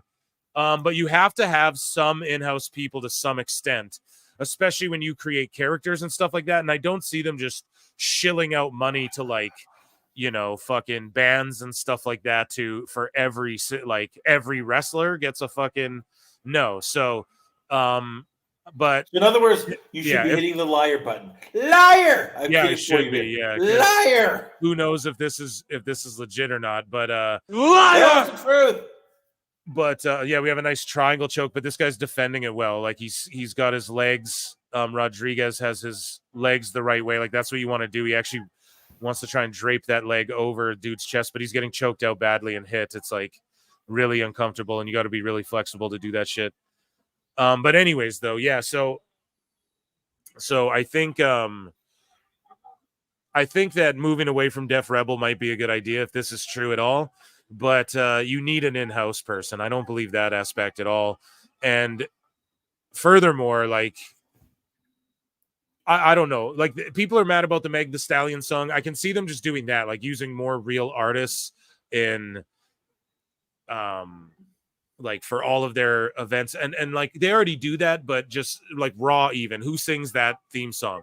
Is that like a famous band or so? I could see them. I'm surprised they didn't for the premiere on the season premiere, or maybe they did on Netflix. Though maybe they'll have like a brand new. I want to say Limp Bizkit every time. That's why I'm watching this crazy ass fight. But yeah, like let's say Limp Bizkit, whatever the kids listen to these days, Cardi B or whatever. But I think Raw will get one for Netflix, and then it'll be like a real artist, you know. I could see them doing that going forward, but they're using War Pigs again for fucking War Games again this year, which I like, because it's sort of like they could just use it every year. It just suits it, you know, as long as it's War Games. But where's the mic drop? Somebody razgaz a fucking mic drop. There's no way Netflix is spending all that money for 2 hours. Exactly, dude. That's exactly it, bro. They're not. And WWE's not going to leave all that extra money they'll get from like, this is brought to you by Saucy Nugs. You know, like they're doing Saucy Nug ads. Like there's no way they're going to give up that extra time. And the fans are all mad. Like they're like, oh, Raw's only 2 hours. All the fans are outraged. We all used to complain about 3 hour Raw. That's such a testament to how good WWE and Triple H is and what Netflix is investing in, man. They want that long show, you know, like, you don't fill people in that building to give them only 2 hours of TV, bro. You got to give them that 4 hour live event or whatever, you know? So I don't know, dude. I'm so excited though for the Netflix era. It sounds like you're not though, Chris. Sounds like you're not excited for the Netflix era. I am excited. I'm letting you talk. I'm not trying to jump in. Oh my God. Yeah, dude, now these guys are just grappling on the ground. Like Rodriguez got caught with that fucking punch, dropped, phenomenal. Metalingus is still the best entrance music. It is pretty goddamn good. Hey, Phil, who are you going for, Sugar Shane or the guy he's facing? O'Malley tonight. I'm going O'Malley tonight. Joining us on the show so Phil can go and grab a Red Bull. Everybody's friend. All right. So let me jump in here because I want. Okay, go ahead, Chris. Go ahead. I am dropping knowledge on you while you're getting your Red Bull here. For those of you who want, you just saved chat. He saved your guys' lives. Go ahead, Chris. So while with Phil here, it is not, and we haven't got into this here. Yes, Netflix is getting a 10-year, $5 billion deal with WWE to become the exclusive global broadcaster of Monday Night Raw in Cleveland, U.S. in 2025. It also includes international broadcast rights for WrestleMania, Smackdown, and other programming. So that's right. US, everything goes to NBC. But internationally, Netflix is getting all that. That's why they're paying that 10-year, $5 billion deal. So, well, we have our friend, our confidant, our wrestling insider, Phil Marks, dropping all this here. I'm telling you right now, there's a reason why Netflix paid $5 billion, 10 years for Raw. It was more than just Raw. It's the international rights, which for Netflix, that's their bread and butter. That is what they want. They want to get all. Shut up, bitch! Shut up, bitch! No, I'm just kidding. But I'm here. I grabbed a beer, not a Red Bull. So yes, for 10-year, $5 billion deal for Netflix, they don't get just Raw. They get the international broadcast rights to SmackDown, WrestleMania, and all the other goody gumdrops. Yo, Phil, good job watching the chat. That's why you know what's up. You're a real one. Yeah, dude. I'm a people person for real. But no, I just appreciate you all, man. And yeah, of course. I stay locked in and I talk to you motherfuckers, man. We're building here, baby. It's what we do. And yeah, Alt Jake, dude, I'll have you back on the show soon, man. Sometime, you know, we space them out. We don't hotshot book. And yeah, you'll come review something with me soon, okay? Like an NXT or something like that. A crispy brouhaha. Okay, so I got By some. the way, yep, JBL has invaded another promotion. Yeah, a bunch of them now. He today, as I'm watching also MLW's that one of their big streaming events, Fight MLW Fightland. Yeah, guys, go and watch MLW, a fucking stacked card, and they're selling big, man. MLW's feeling a boom too, dude. I'm telling you, watch their show on YouTube. Fucking amazing. So a match between the Andersons, CW Brock Anderson versus the Boomaye Fight Club. JBL came out, delivered the clothesline to hell for Mr. Thomas, and then whispered something to Brock Anderson. Amazing. Brock Anderson's there. Yeah, wrestling. Amazing. So he's linked up with Brock. I love it because JBL's going to all these different promotions and just like putting together some fucking faction or just being this like Knight Rider. But that's what I mean. WWE's letting their legends and everyone go, and they're signing up a bunch of legends too. They want like a big legends roster. And what I'm hearing, and this could be X-Files. I'm not the hot news like Chris likes to think I'm the fucking news over here. No, I'm just kidding. But and I don't know for sure, but just what I've been hearing, chitter chatter. You know, I've worked on some video games and stuff like that. You know, I've done some writing gigs here and there. So what I'm hearing, chitter chatters, they might have like 2K like legend game. Like it might be its own game or a whole fucking other. I don't know for sure. I don't want to talk out of my ass. But yeah, if they sign up enough legends or they're on their game, they're just gonna load them filled with legends too, or so I don't know. But maybe they want it for that My Faction mode that they keep pushing down everyone's throats. I don't know, but the rumors are like these guys are all getting scanned. They want legends like for video games, you know, because legends sell, man. The nostalgia is like what sells these games for a lot of it, you know, and the current product obviously too. But you know, having even like possibly TNA guys in your game in 2025 or 2026. These are things we could be looking at. Who knows though? That's a reach, but I do know that yeah, like they signed up Jose Estrada, they got Victoria, they just want to sign up all these legends and like get them scanned and stuff. So I don't know. Maybe they're gonna fucking hologram them all and bring them all back to life, and it's not for a game. But from what I'm hearing, there's like a Legends of Wrestling 2K type thing is what they're looking, because the last 2K game did so good. The last two did really good, but this last one particularly with Cody Rhodes did like fucking gangbusters for them. So yeah, I don't know. Maybe I'm linking shit, but leaking shit, my bad. But yeah, this guy now who got rocked and almost beat is now gonna choke out O'Day Osborne, or maybe not. But yeah, let's get into everybody's favorite moment, and it is called Dave Meltzer's Dumb Moment of the Week.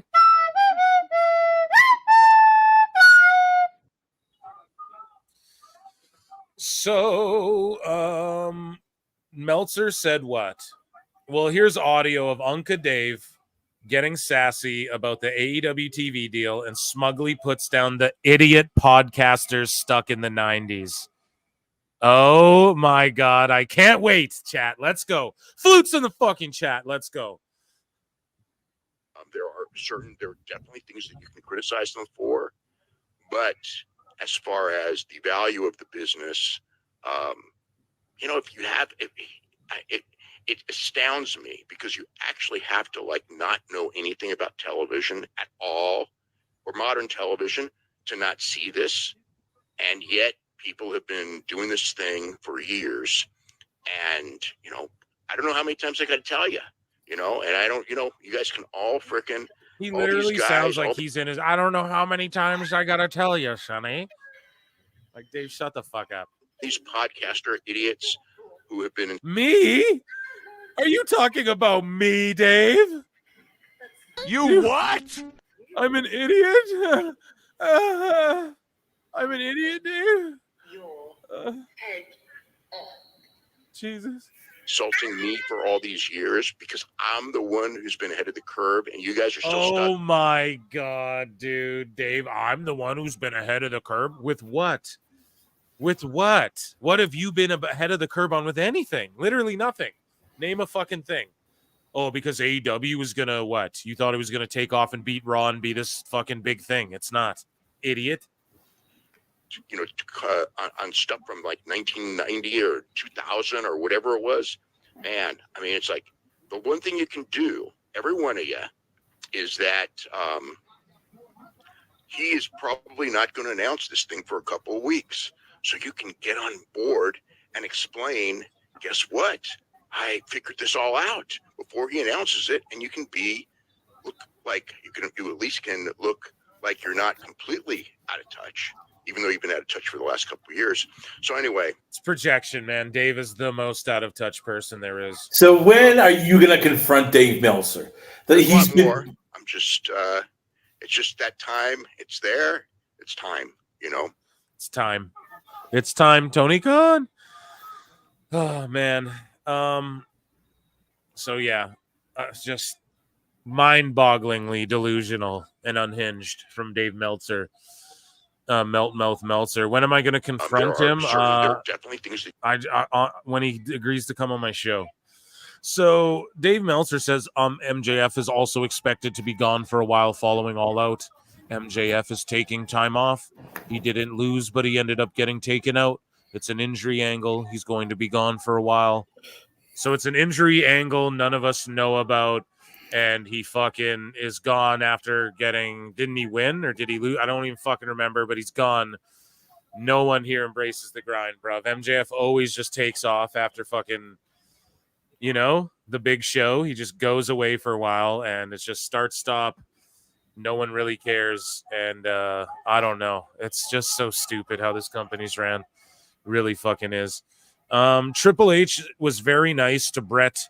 From what I heard, a couple people brought that up to me. Historically, they don't like each other, both of them, but it's business and Triple H is running things and they don't want to insult Brett, so they have to show respect to Brett. So everybody was nice to everybody. Yeah, I mean, Dave could be on with that, but also it's like, obviously they're going to show him respect. Triple H is like bro, they brought CM Punk in. Okay, Meltzer, you dumb fuck. So obviously they're cool with everyone. Triple H is cool with everybody, dude. But that was so amazing hearing Joe Tessitore announce Bret Hart, and Bret Hart was awesome coming out there and getting confronted by Gunther and that shit. That was amazing, dude. Dave is crying again, so number 5 on the list is ridiculous. Also, Ari Emanuel should be on the list. Yeah, I mean, I'm not going to argue with fucking Dave, but like he cares about these fake lists. Like, who gives a shit? It's just what some guy in ESPN said. And Logan Paul, yeah, maybe. Like, he is the most influential in wrestling, technically, if you want to boil it down. Dave fucking technical Meltzer.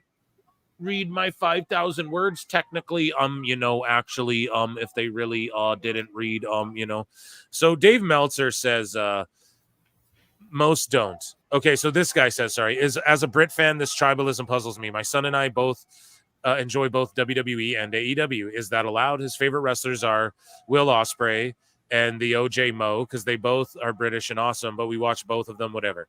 Meltzer goes, most don't. It's a weird minority. Lots of people predicted AEW to fail and go out of business, and that's fine. Some of the smartest people in the business did. When it didn't happen, I think most fans were happy, but some were insistent it still would go out of business, even when it wouldn't, and they got really strange. He's calling out AEW awful. You know what? We gotta get this here. It's gonna be you and awful. Just go in there, and you know what? You give them the business. You give them the forehand, the backhand, and you just tell them, "Hey, I got a hard flute for you." If you keep on I messing challenge with me, brother. Meltzer to a fucking forearm battle, Ishii style. Yes! Me and Meltzer, forearm I want that battle, for my birthday. Ishii style, dude. We can do chops too. I'm fucking in. I'm game. We'll You're raise teasing money me. for That's what I want charity. for my birthday. I want you to, as I said, whenever he follows me, I want the panda violence where he just walks up, grabs the keyboard, smashes it. I want that. I need you to give Meltzer on behalf of all the wrestling fans who are tired of him ruining pro wrestling to just go in there and give him the business. Sky says, I actually think it's smart by MJF. He leaves so he can never be completely buried by TK. Yes, it is smart for him. Bad for AEW is the point I'm making, though. How do you build stars when no one's there? Like Britt Baker's supposed to just come out once a year and fucking have everyone go DMD. Like, okay, the same 1,000 people every town you go to are going to do that, but it's fucking, so for MJF, it's good for him to not get buried, but it's also like he should be doing his best shit in WWE. Let's just face it. Like, he's wasting all this shit. By the time he gets to WWE, it's going to be played out, man. That's how I think. And, yeah, he went from a guy that I was like, no, I'd main roster him right away. Just put him in a feud with Cody right away. But no, now you got to NXT fucking MJF, I think, honestly.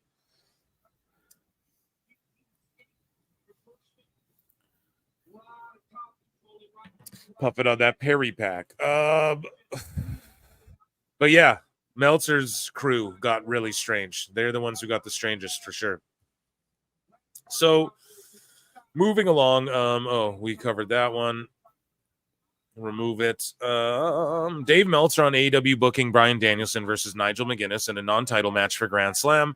It's non-title. There you go. Rather than Danielson's previously scheduled title defense against Darby Allin at All In. And Meltzer goes, that was unique. I get why Nigel and Bryan is not a championship match in theory, but it's like New York, and those people are used to championship matches, not non-titles. Yeah, I mean, Dave's kind of got a point. It's like, dude, why didn't they just wait, have Nigel beat someone, and then build up to like this is what I mean. They have it's just Tony going, oh, we can do it. Yeah, let's get him in there against Danielson right now. It's like, why didn't they at least like... You mean ratings don't matter anymore? Yeah, Winning Ross records don't matter? Shocker. It's just crazy they didn't. I don't know. Dave saying it's unique is true. So Meltzer says it was originally scheduled to be Drew confronting Brett. So this isn't what fucking Dave says. Completely making up the Raw segment here. Completely. He's making this up. Tell us what you know, you goddamn liar!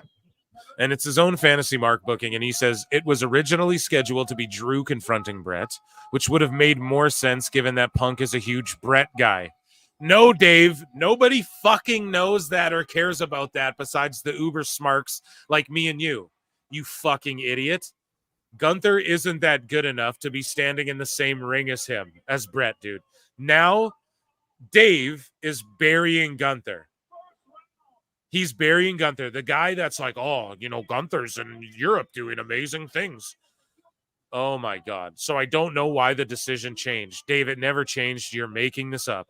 Tony Khan would have 100% booked Martha to get jumped by a man Punk despises because that's just good TV. Oh, my God, Dave. Nobody knows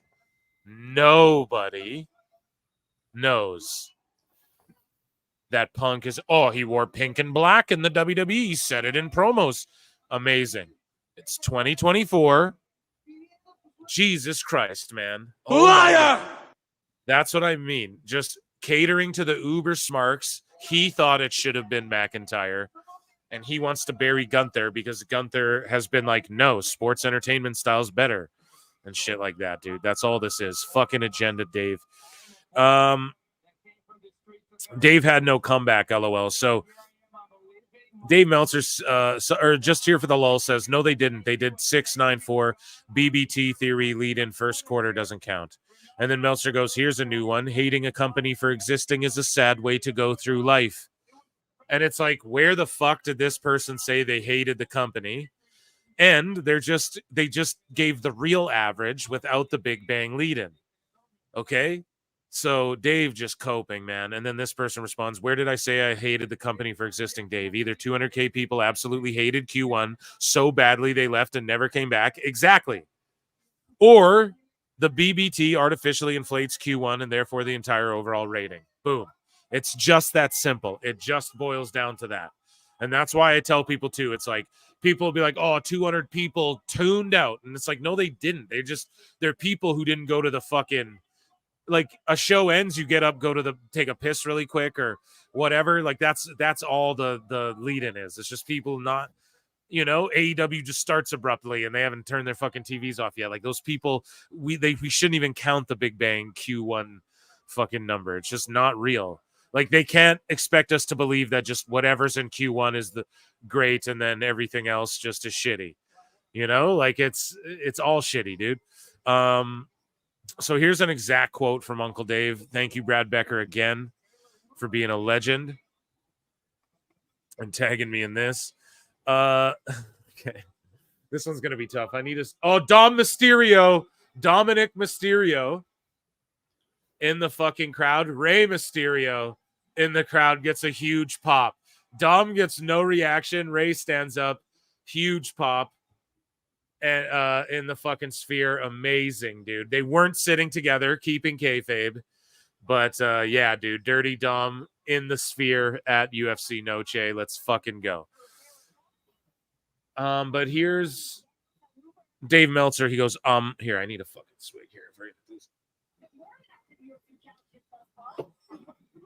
Dave says, there are definitely things. Oh my God. Already it's so dumb.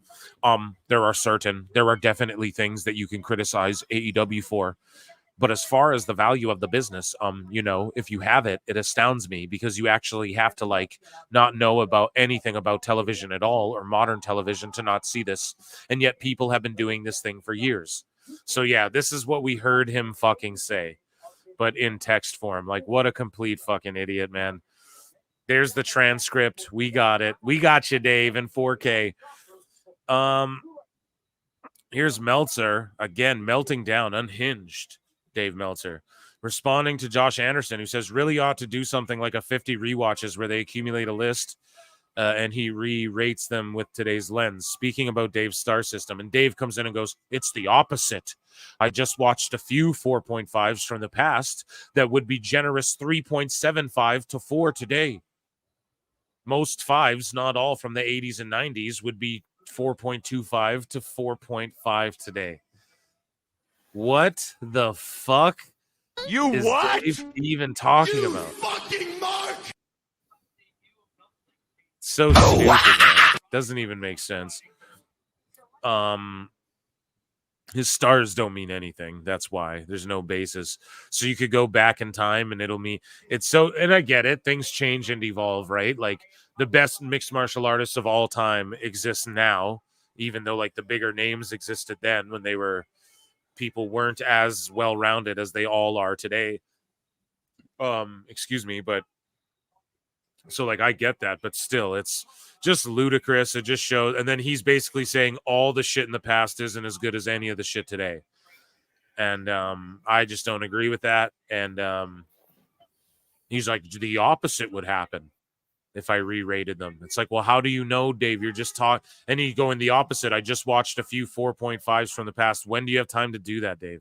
When did you do that? You're making it up. And yeah, I don't know, man. He just makes it up as he goes. We've called it out.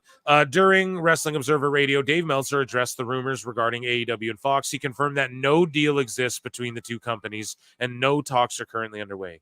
So Dave could be lying, but it's so funny how everyone's just got conflicting information about all of this wrestling shit. It's so fucking funny, man. And yeah, I don't know. I think I've said it a million times. Dynamite stays on TBS. We see some of that shit go to Max. We see some of that shit go on fucking Tubi or something. Like, who knows? It's just it's gonna be not good for them. And then they'll take like double their TV deal. I could see people shilling out 100 million. I know that's stupid. Like, how? They're in the red, I know, but these companies do it all the time. They figure out ways. They're still making movies and shit. They're in the red, So I don't know. Hopefully it works out for AEW, man. Their TV's got to get better, though. That's the key thing. And then here's our last one for the evening here. Pro Wrestle Counselor says, why is it so hard for him to tell the truth? And this guy says, is it though? Why is AEW's attendance and TV viewership down this year? Possibly due to poor booking and driving off viewers with incoherent storylines might also cause the decline. And Dave goes, I've written more on those subjects than probably any person alive. And no, I've studied them more deeply and given historical perspectives as well. Why are you commenting without even knowing this basic info? Dave, we know the basic info, but it's just that you're a dumb fuck. Like, why don't you know the basic info that people think you're dumb as fuck and they think you're lying and they think you're full of shit? And people, here's the thing, Dave, right? You just need to, I say it all the time, be Batman. You say, I'm Batman. Be Batman for a second, dude. Take yourself out of it. Be objective. Go, okay. The viewership's down. The attendance is down. Fucking everyone's criticizing it and going, this guy doesn't know what he's doing, blah, blah, blah, blah, blah, blah, blah. It hasn't turned around. It's been 5 years. It's done the opposite of what it fucking did in the beginning, right? So it's just going backwards. Now, I'm not saying there's no ebbs and flows. However, we need to get real. Like, we need to admit that it's likely all of these factors, poor merch sales, empty buildings, all of these money wasting, all of these expenditures, clearly, just everything, man. 1 + 1 = 2, Dave. So it's likely that you're just making up reasons to try and explain why this is good and why their business is booming when it's not. Because it's like, that's what they're trying to convince us of. Oh, well, it's not dying. It's not dead. Well, yeah, many of us don't think it's dying. We don't think it'll ever die, but we're just saying it's not. Like, it's fucking whack, and this is why, dude. You got to understand why, right? Bad creative, bad storylines, bad TV, and then when you have the media gaslighting you, it's like, fuck that, dude. Like, these gatekeepers, too, trying to tell me, like, I don't know what fucking wrestling is because Dave has never left his fucking messy office and writes about it all day, every day, and fast forwards through Raw. I don't know what fucking wrestling is compared to you or whatever. You're a fucking idiot, dude. And people don't need to know. People don't care, Dave, that you wrote all that shit down, because now what it is, like, now we know what you were doing. You were just fantasy mark booking before the internet could fact check what you were doing, and you were saying you were fact checking shit. You weren't fucking fact checking, and then you want to report the news and then just say, no, it's my opinion, but I'm gonna be friends with Tony Khan, but I'm gonna fucking not admit, like, just for once go, dude, the business is not in a good place. But like, it's not for that. It's not to make money. It's not to be a real business. But you guys keep wanting to say it's to make money and WBD's happy and this big TV rights deal. And it's like, bro, this shit's about to be Ring of Honor next year. Like, what TV rights deal? Well, this deal, you guys don't know. You guys said it'd be off air. It's just cope and seethe constantly, never stop. And Dave Meltzer, we coming for you, sucker. That was Dave Meltzer's dumb moment of the week.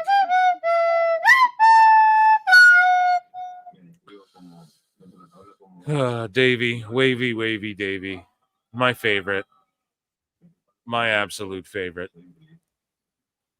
What fight's about to go down here? This Sphere's looking amazing. We'll hang out here and for a minute and watch some fucking fights, I guess. Chris, are you excited for this next one? What's this next matchup? See, they didn't really load up the main card. They were just like a bunch of Mexican talent, basically, like you pointed out earlier, Well, they had it. It was going to be Alex Pereira versus That would have been amazing in the fucking Khalil Sphere. Roundtree, but they moved that to Utah. So, look, I mean, I'm watching that. I'm also keeping my eye on the number one seed in college football might be going down. It's right now you're watching Georgia versus Kentucky. It's Kentucky is trailing 13-12, but they have the ball on the 48-yard line of Georgia with 2:59 left to play. We could see the number one. There's a lot of sports going on, so that's why I feel like the AEW Collision rankings tonight. Oh, they're going to be awful. abysmal, man. It's going to be awful. It's Under 100,000, do you think? Yeah, it'll be at least maybe like 120,000. I bet this is what I think. It'll come out and it'll be like 101. Something just brutal. What do you think? Oh man. Yeah, I guess I don't know. We've already beat it to death. It's like, what can they do to, like, Collision should just not even be a fucking show, especially with the Saturday night main events. Like, I know that those won't run every week, the main events, but I'm sure they'll be more frequently, like they'll be like every 2 weeks, once a month, or I don't know what or maybe it is every Saturday. That'd be amazing, but he doesn't want to cut anybody. I mean, he could easily go, all right, look, I'm just going to do Dynamite, and I'll get rid of Collision. I'll get rid of Ring of Honor. I'll get rid of, Rampage. But she won't cut people. He keeps signing more people. It's like, you have no more room. No, need to sign. When does like Pokemon, gotta catch them all. When does fucking Canelo fight? Has he fought yet today? No, he's fighting next though. Danny Garcia just got knocked out in the 8th round by Aristotle Lars, so we're now at the main event. Okay.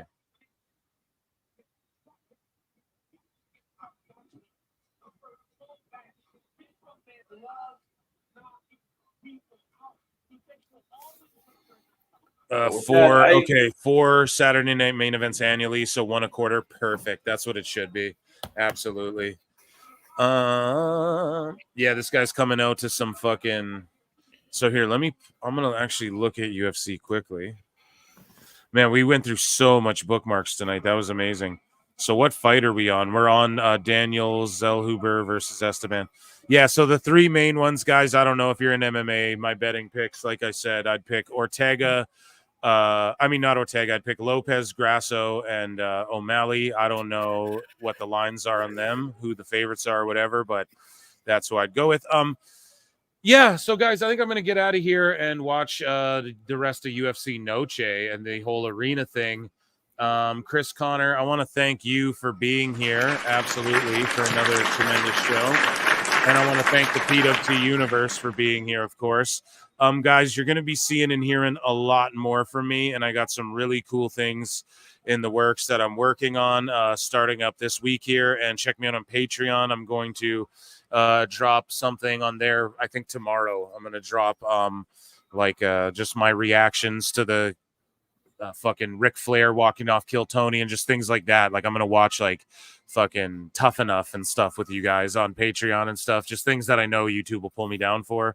You know what I mean? And yeah, I just want to say I appreciate you all for being here, of course, as it were.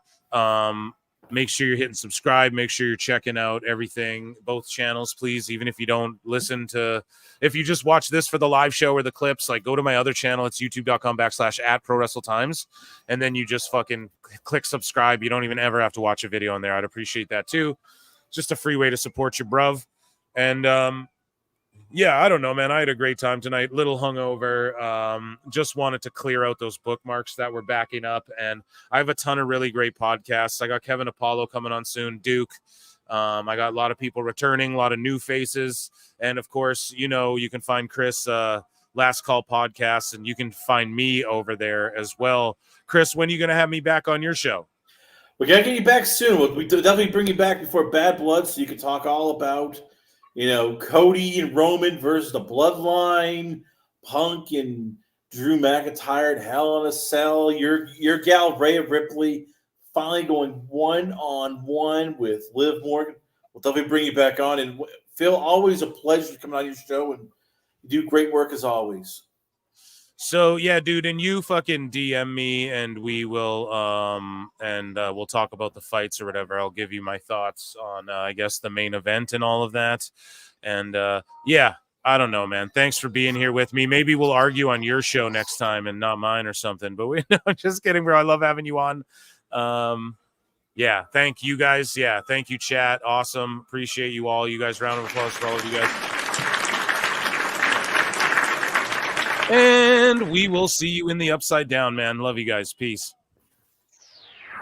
I look and see it's not just me. Jeff, why do you insist on doing this dumb internet shit on TV? I look and see it's not just me. This place is a fucking joke, man. You're a clown. I quit. So many of us have stood where I stand. We are the young, so raise your hand. So many of us have stood where I stand. We are the young, so raise your hand. We call us problem child. We spend our lives on trial. We walk an endless mile. We are the youth gone wild. We stand and we won't fall. We're one and one for all. The writing's on the wall. We are the youth gone wild. No. It doesn't make logical sense, but it makes. Well, yes, of course. But it makes wrestling booking sense. Of course, this makes no sense. Of course, okay, it makes no sense. However, in pro wrestling booking, which often makes no sense, you would do that. It's about making money. It's not about anything else. Wrestling has always been about making money first and foremost. That's it. I look and see it's not just me. Last weekend was the greatest weekend in AEW history. This is the greatest week. I look and see it's not just me. Security, my safety, my life was in danger at a wrestling show. So many of us have stood where I stand.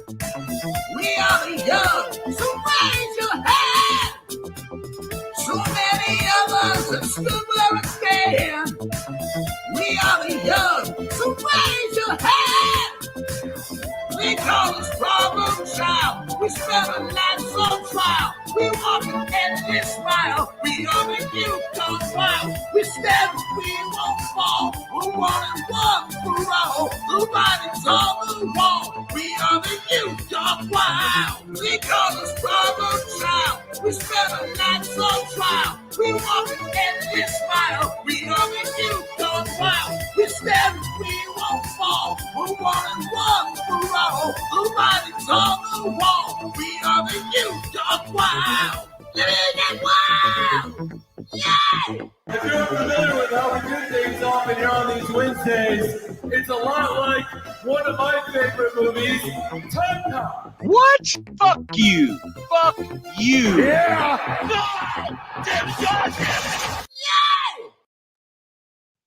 Sunday, Monday, Tuesday, Wednesday, Thursday, Thursday, Friday, Saturday, Sunday comes again. 毎日 Sunday, 毎 Monday, 日 Tuesday, 日立 Wednesday, の細長 Thursday, 静 Friday, か Saturday, サラサ Sunday ラ comes again. 綺麗な空気体には細長が気持ちいいんです日立のビッグフローウェルネス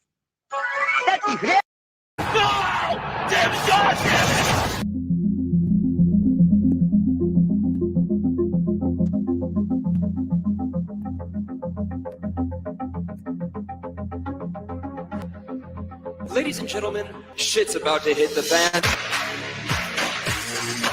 The system is broken. It was time for revolution. We could be the wrestlers that we want to be. We have our own stories. We make our own characters. Different. That's what makes us elite. I've been forced to vacate the AEW World Trios Championship.